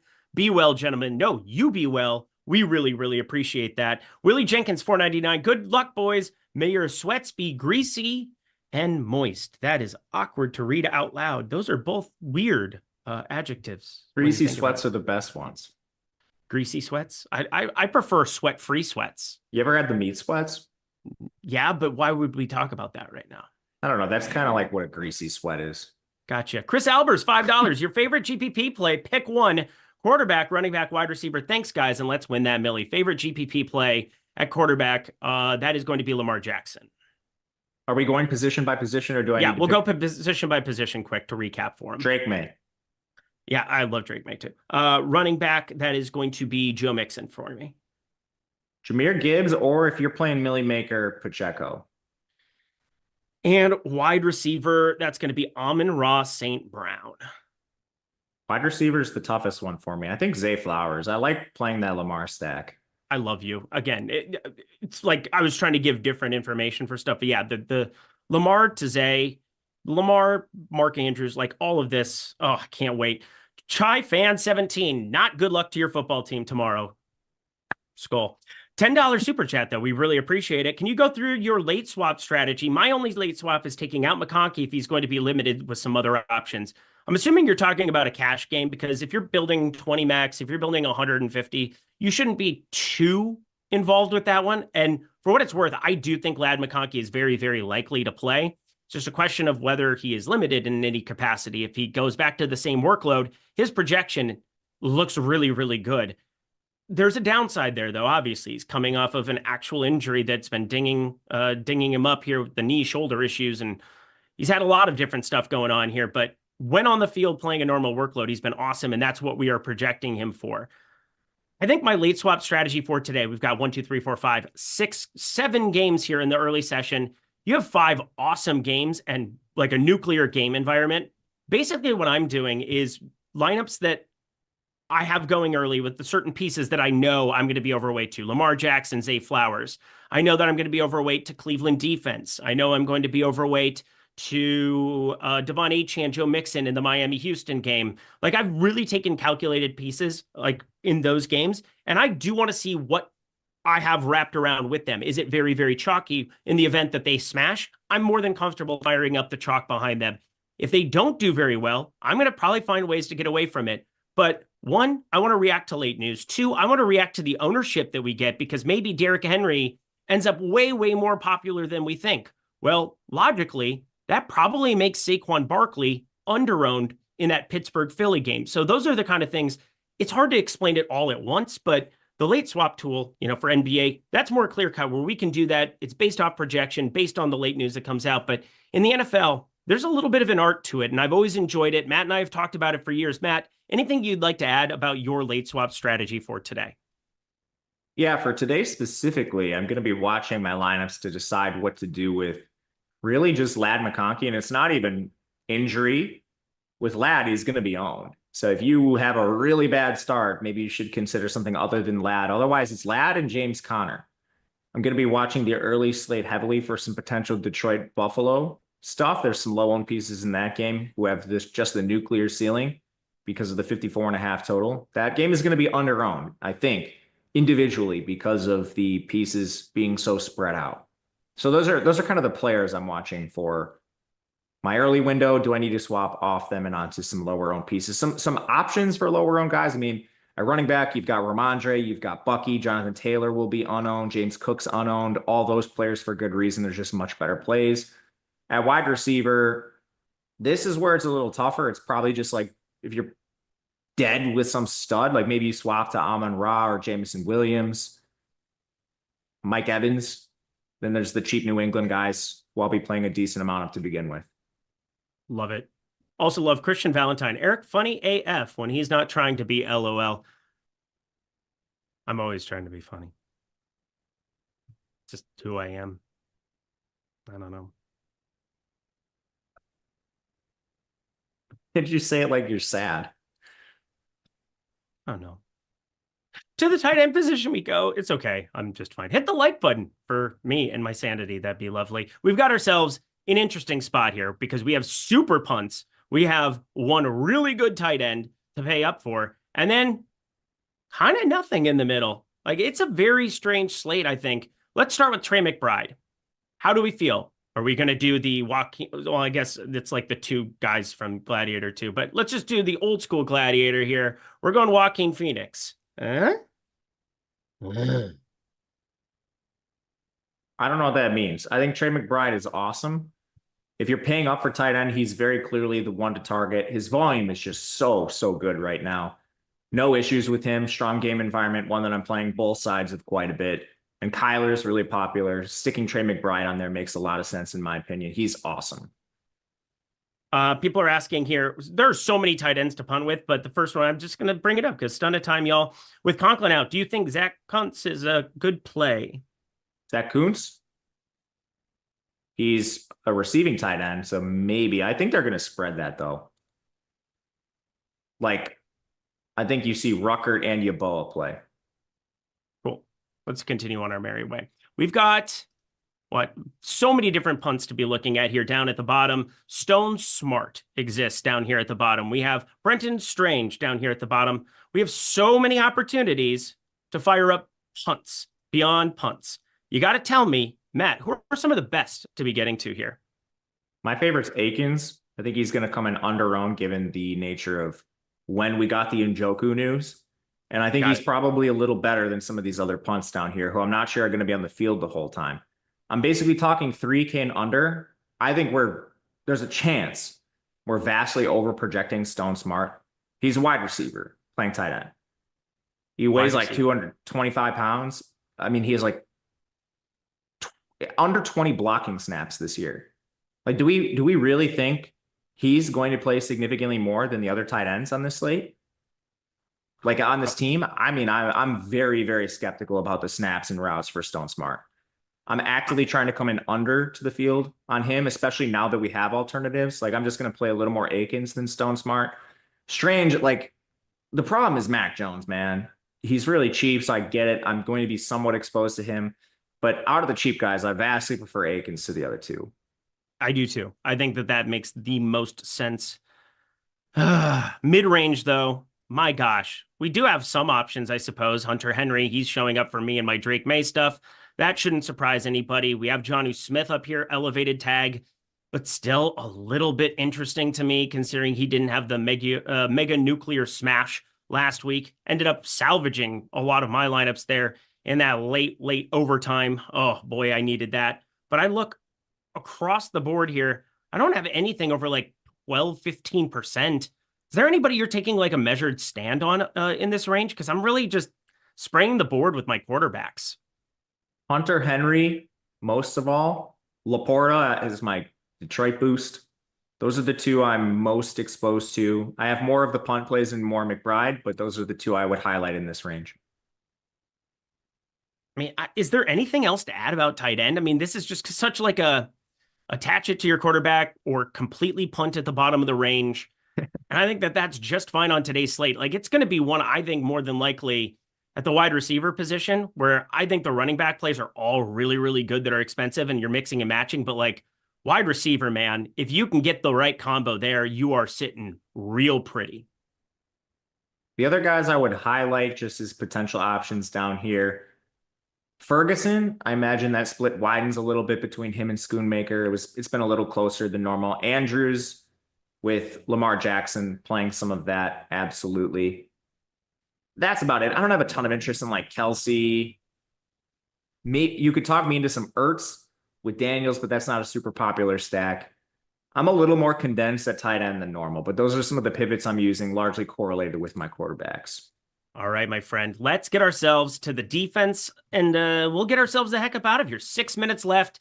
Hit the like button. Also, we have the Osmo Hall of Fame. Oh, sorry, the Stokastic Hall of Fame. I should know my company name here by now, but Stokastic HOF, you're going to want to check that out. If you finish in the top 3 of a tournament of 5,000 or more without a million dupes attached to you, hello, Showdown, you can get yourself a month of the Sims tool completely free as well. So stokastic.com/HOF. Want you all to check that out. Download the badge. The badge looks awesome. All of our avatars look awesome, and they'll look especially awesome at the top of leaderboards. Hopefully you get there and then enjoy that Sims tool for a month without anything coming along for it. Just a risk-free opportunity there. Got to have that in the screenshot, though. Tweet it to Stokastic HOF. Alrighty, defense. Let's fire them up. Your top 3 highest owned. Top 3 highest owned defenses are Browns, Cardinals, Chargers. I have a lot of the Browns. I have so much Browns, dude. I'm a little nervous actually seeing this because I didn't look at it till just now. Yeah, so there's a lot. You could probably put a cap on that one. Yeah, I'm not going to because I don't have any time. But yeah, I think it's probably a good idea. Kind of want to play the Chiefs as a result. Like I kind of want to boost the Chiefs just last second here. Get to a little of the expensive, like the way expensive. I don't see any problem with that. Yeah, just kind of mix it up. Getting a little freaky naughty. I should make sure I get my lineups in here too. That would be awesome. That's something I should probably do. 4 minutes. 4 minutes? Oh, that's good. I'm not going to panic. Everything's fine. Got to keep our composure. Deep breaths. That's all right. Just one of those days. Just one of those days. Yeah. I'm making sure I get a right amount of everybody here that I want. Oh my goodness. Oh my goodness. Panic at the Disco. It's showing up. Moist and greased up. Yeah, that's me right now in this very moment here. Oh, okay. Go Bo Nix. I'm just going to get more of that piece here in the last couple seconds. Bo Nix. It's going to be beautiful. Also, what I said about, me firing up however much of Joe Burrow and not having any singles or anything. I have no idea if I'm going to get to any singles anymore because my sheet just went completely berserk on me. But you know what? It's going to be okay. It's going to be okay. I believe in you, buddy. Thank you. If anyone can do it, it's you. That makes one of us. All right. I think I like what I'm looking at now. All right. I can do this. This is my last run. What's up? Me too. Is Relatively going full in. workload for Bucky Irving. Okay, that doesn't change anything. I'm pretty happy with it. All right, we are just exporting this sheet right now, and we are going to make way. I believe in you, man. You I can feel do like this. EMAC right now. Shout out EMAC. I saw him there in the chat. Eric with the Paul George freakout. No, the Paul George freakout was after lock, and that was a whole thing. We will never, ever have that moment ever again in the history of the show. And if we do, I'm probably going to disappear. I don't know what you're talking about. Oh, actually, I do. I think Jordan posted it one time. Thanks, pal. Thanks, Jordan Klein. He's always looking out for me. Always I'm pretty looking sure out he for me. did. Do you he did think a little tweet montage a while back? I'm pretty sure that was on it. my sheet just gave me an error again? This is just absolutely unbelievable what is Is this occurring. the one you're uploading? Yes, it's not. It, All it right. won't take my sheet. You do So, that. I'll answer some questions. Answer a question for a second. No one's asked one in a while. Let's see here. Where's our most recent question? Brown or Gibbs? Gibbs for me. Let's chill. I like that. There's a lot of people talking about you saying this is fine. Zay Flowers or Khalil Shakir. That's a Zay Flowers for me, but I'm playing a lot of Lamar. I think Shakir, you're worried about the returns of Keon Coleman and Dalton Kincaid. Tua being overlooked. I got a fair amount of Tua. I think he was my 5th most owned quarterback when I finished this out. The Sims I gave love me that. that though, so that wasn't anything I did in particular. Jordan, don't you dare put me in a one shot right now in this moment of time. Don't. No. Washington bad Jordan. D. I did not get any Commanders defense. I'm not sure why. I generally do not change a lot of stuff for defense. Who will absolutely nuke the slate? And that's a great question. That's kind of like the 100 yards and a touchdown that we didn't do today. You're busy, so I got it in. this. I got it in. 100 yards and a touchdown. Everybody fire it up. Matt Kajeski, let's round out this program with that. Can't believe I got that. I'm proud of you, 100 buddy. yards and a touchdown. Go. Portland Sutton. Do it for a Lofty. Jordan, you just put me in a one shot for that whole last 2 minutes, didn't you? No, he didn't. Not the whole Okay. time. Not the whole time. That's good. Let's go. I have no idea what I just rostered, but they're humans that are actually active, and we're at lock. Let's go watch football, everybody. I'm Eric Lindquist. Go follow me at Eric Lindquist. Go follow Matt Kajeski, Matt_Kajeski. It was nice to be kind of step by step, in tow together today. Go Lamar Jackson, go Drake May, go a lot of the same running backs and wide receivers. I don't remember a slate we've been this in tune, so I'm excited about it. Sure, this will go well for us. I remember the last time me and you both lost all our money. We both were heavy on Yes, MVS. we did. Yes, we did. Any final words for the people? Thank you guys for spending your Sunday mornings with us. It is a pleasure. Eric and I both appreciate you so much being able to do this for you every single week. Let's make some money today. Good luck, everyone. We got Matt Bellman and EMAC coming to you with NFL Live before lock this evening for the showdown slate. It's going to be a good one. Going to Seattle. Going to be lovely. Green Bay, Seattle. Check it out. Yeah, that's all I got for you. Thank you, Jordan Klein, at moments in this program. We'll catch you guys next Sunday. See ya.